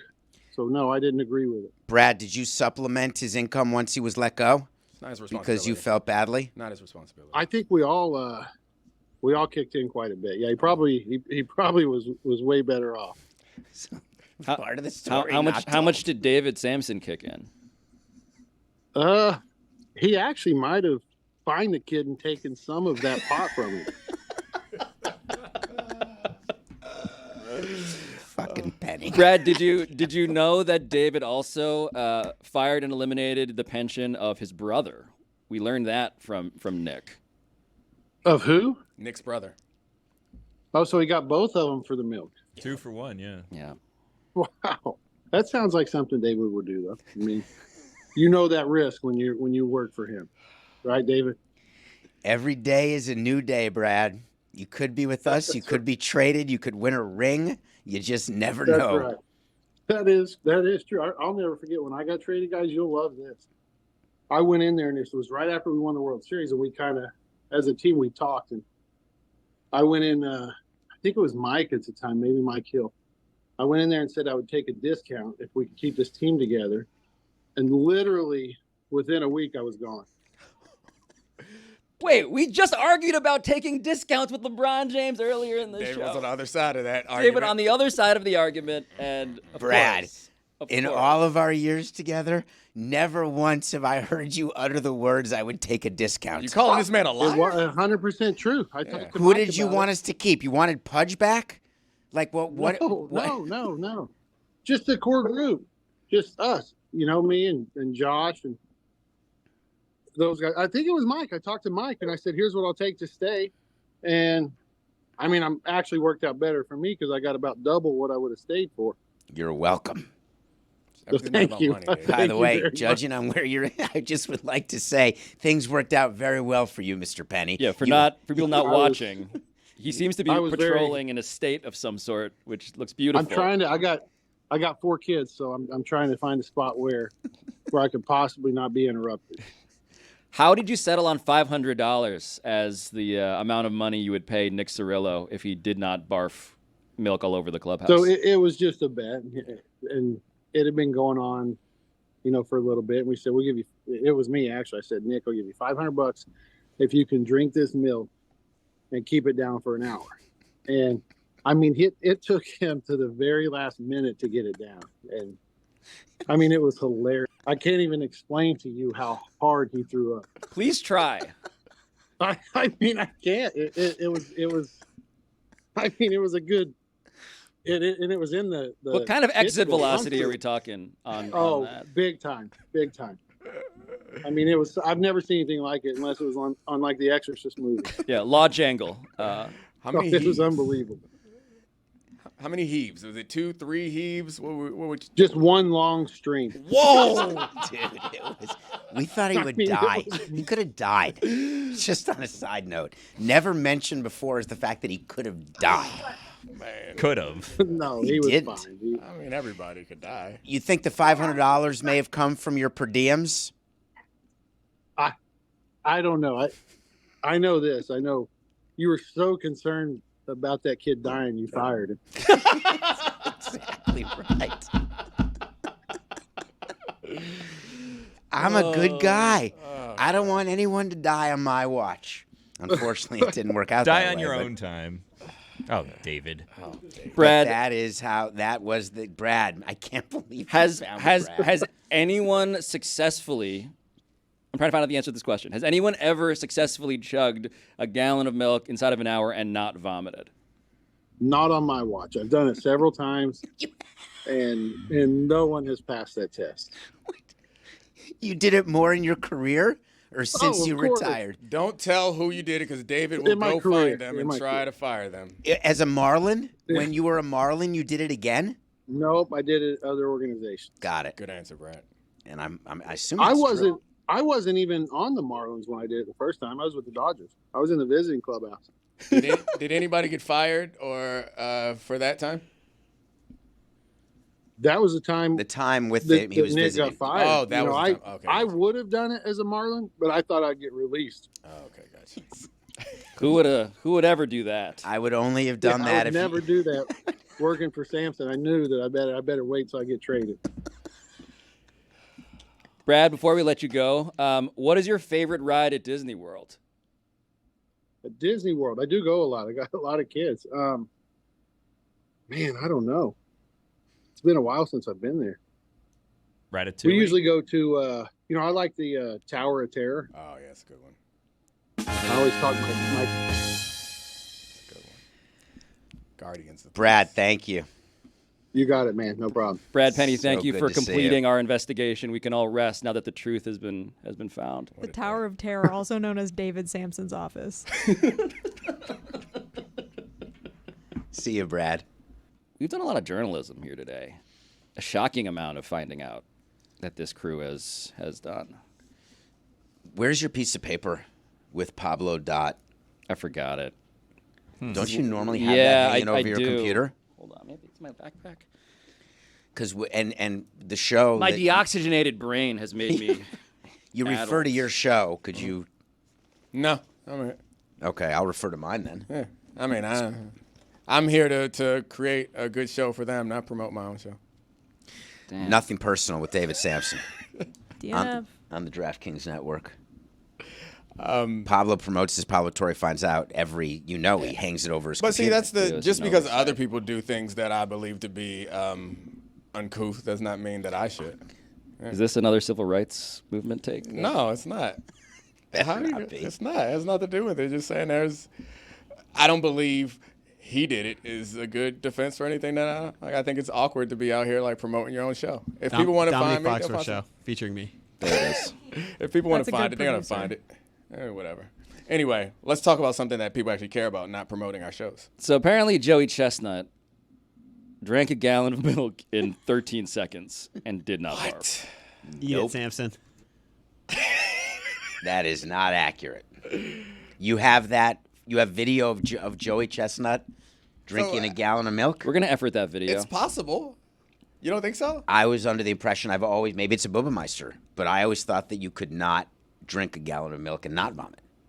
That's what I had always been told, and no proof to the contrary has ever existed. I would definitely vomit. I think milk's disgusting. Bubbameisters? I also didn't know what that meant. Something false that people believe to be true. You can't be buried in a Jewish cemetery with the tattoo. Okay. That's a Bubbameister. Okay. An old wives' tale. Yeah. It's like an Right, old I wife's just tale. never heard Bubbameisters before. Learn something new every day. I believe Joey. It's the same way Pablo thinks it's impossible that you could exist on 2 hours of sleep. I believe that Joey Chestnut could probably drink. This man eats a trillion hot dogs. I think drinking a gallon of milk in 13 seconds is something that he could do. This man is a good businessman. He's separated from the world. He was kind of the biggest figure in sports. Yeah. over the last several days since July 4th. Because he was not there. Because, of course. Do you guys watch the hot dog eating contest, actually? I no, do. I couldn't watch it. It's so gross. I love the fact it is so gross. It disgusts me, but I love who chooses when they put the bun in the water, how many they can do at a time, how many regular dogs they can do in their mouth at once, and it is absolutely disgusting. And I don't understand how they all don't vomit, and I don't understand how professional eaters are not fat. Pablo, I was told that at Sports Illustrated covering the hot dog eating contest was a thing that like everyone had to do at some point when they were young on the job. Did you ever have to go and cover it? The first interview I ever did at Sports Illustrated as a journalist was Joey Chestnut, hot dog eating contest. Wow. The literal your first first article. interview was a champion in their sport. Correct. And Was he nice to you? he was a delight. And here he is chugging a gallon of milk in 13 seconds on video. Yeah, so you see, there's no audio here, but you can almost hear it because he is crunching the milk Carton? the That's so gallon. gross. Wait, is this whole milk? Oh, you think it's 2%? It It's could blue. be 2%. It could be water. Wait, hold on. Yeah, let's Let's find that label. Let's Pablo find Torre that needs to label. find out. It's definitely not whole milk. I thought is whole always milk is red. Yeah. Is that Blue true? is skim milk. Yeah. Whole milk is always red. Either way, it's pretty impressive. I mean, listen, I'm not 13 poo-pooing seconds, the yeah. fact that he did Blue it. label. We are seeing 2%. Yeah. We're seeing 2%. You're poo-pooing. Don't poo-poo it. Wow. It's impressive, though. It's So what did you think of the hot dog contest in person, Pablo? I heard it's a terrible assignment because you was basically so spend hot. the 4th at Coney Island without It was doing so anything hot. fun. You're in a crowd of people and you get backsplash. Like boxing referees who get blood sometimes, or boxing journalists will get blood like the boxing referee in the ring. I'll get blood splashed around. You get hot dog parts. Where are you positioned as a journalist? You get great seats. I mean, you can choose to be right in front. There's no like press row at the hot dog eating contest. Why would you position yourself in a place where you're getting backsplash? Because it was the first assignment I'd ever taken. I had not done a scouting report on what exactly happens here.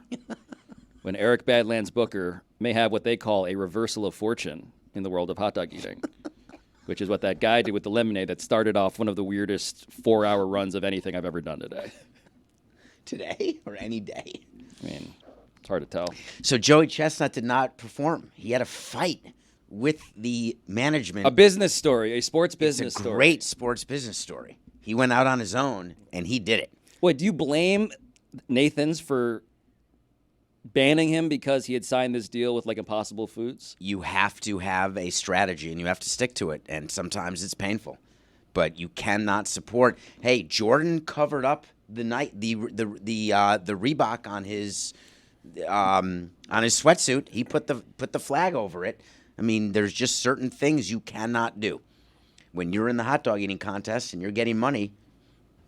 Kobayashi also previously did that and was banned. So it's not like he didn't know what was potentially going to happen to him. Also, the entire broadcast was just talking about Joey Chestnut regardless. So he wasn't there, but they spent it was almost like an obituary for him. at Jeremy one point. Schaap was announcing it. That was crazy. Which was my and favorite part. I didn't understand how Jeremy Schaap ended up with that assignment. And then when they did the Joey Chestnut obituary for him, who's very much still alive, I was like, maybe this is why Jeremy Schaap is here, just for this one piece, and then he continued throughout the entire tournament. It gets great ratings. This is not a small little. Yeah, Major nothing. League Baseball ceded July 4th to the Nathan's hot dog eating contest. It's not purposefully. But so he ended up eating, he would have won Nathan's again. He ate more hot dogs In than the 5 winner minutes. of Nathan's in only 5 minutes. He ate 57, beating actual servicemen and women from the United States military in 57, by a score of 57 hot dogs in 5 minutes. So it's brilliant business what he did. I mean, it's back to the LeBron James story if you want it to be. Like, they allowed their whole industry to be built on the back of one star, and rather than fully compensating him for a value, they chose not to, and he took his talents to South Beach, or wherever they did that, to military base. You know, this is the 14-year anniversary of that. Worst day of my professional life. Best day of your lives here. The decision? Yeah. I believe it was July 8th, 2010. I think you're right. When the Marlins lost 10-4 to the Diamondbacks, and I was in the elevator when I heard what LeBron had done, and I knew my career had changed that day. You said, I need to fire even more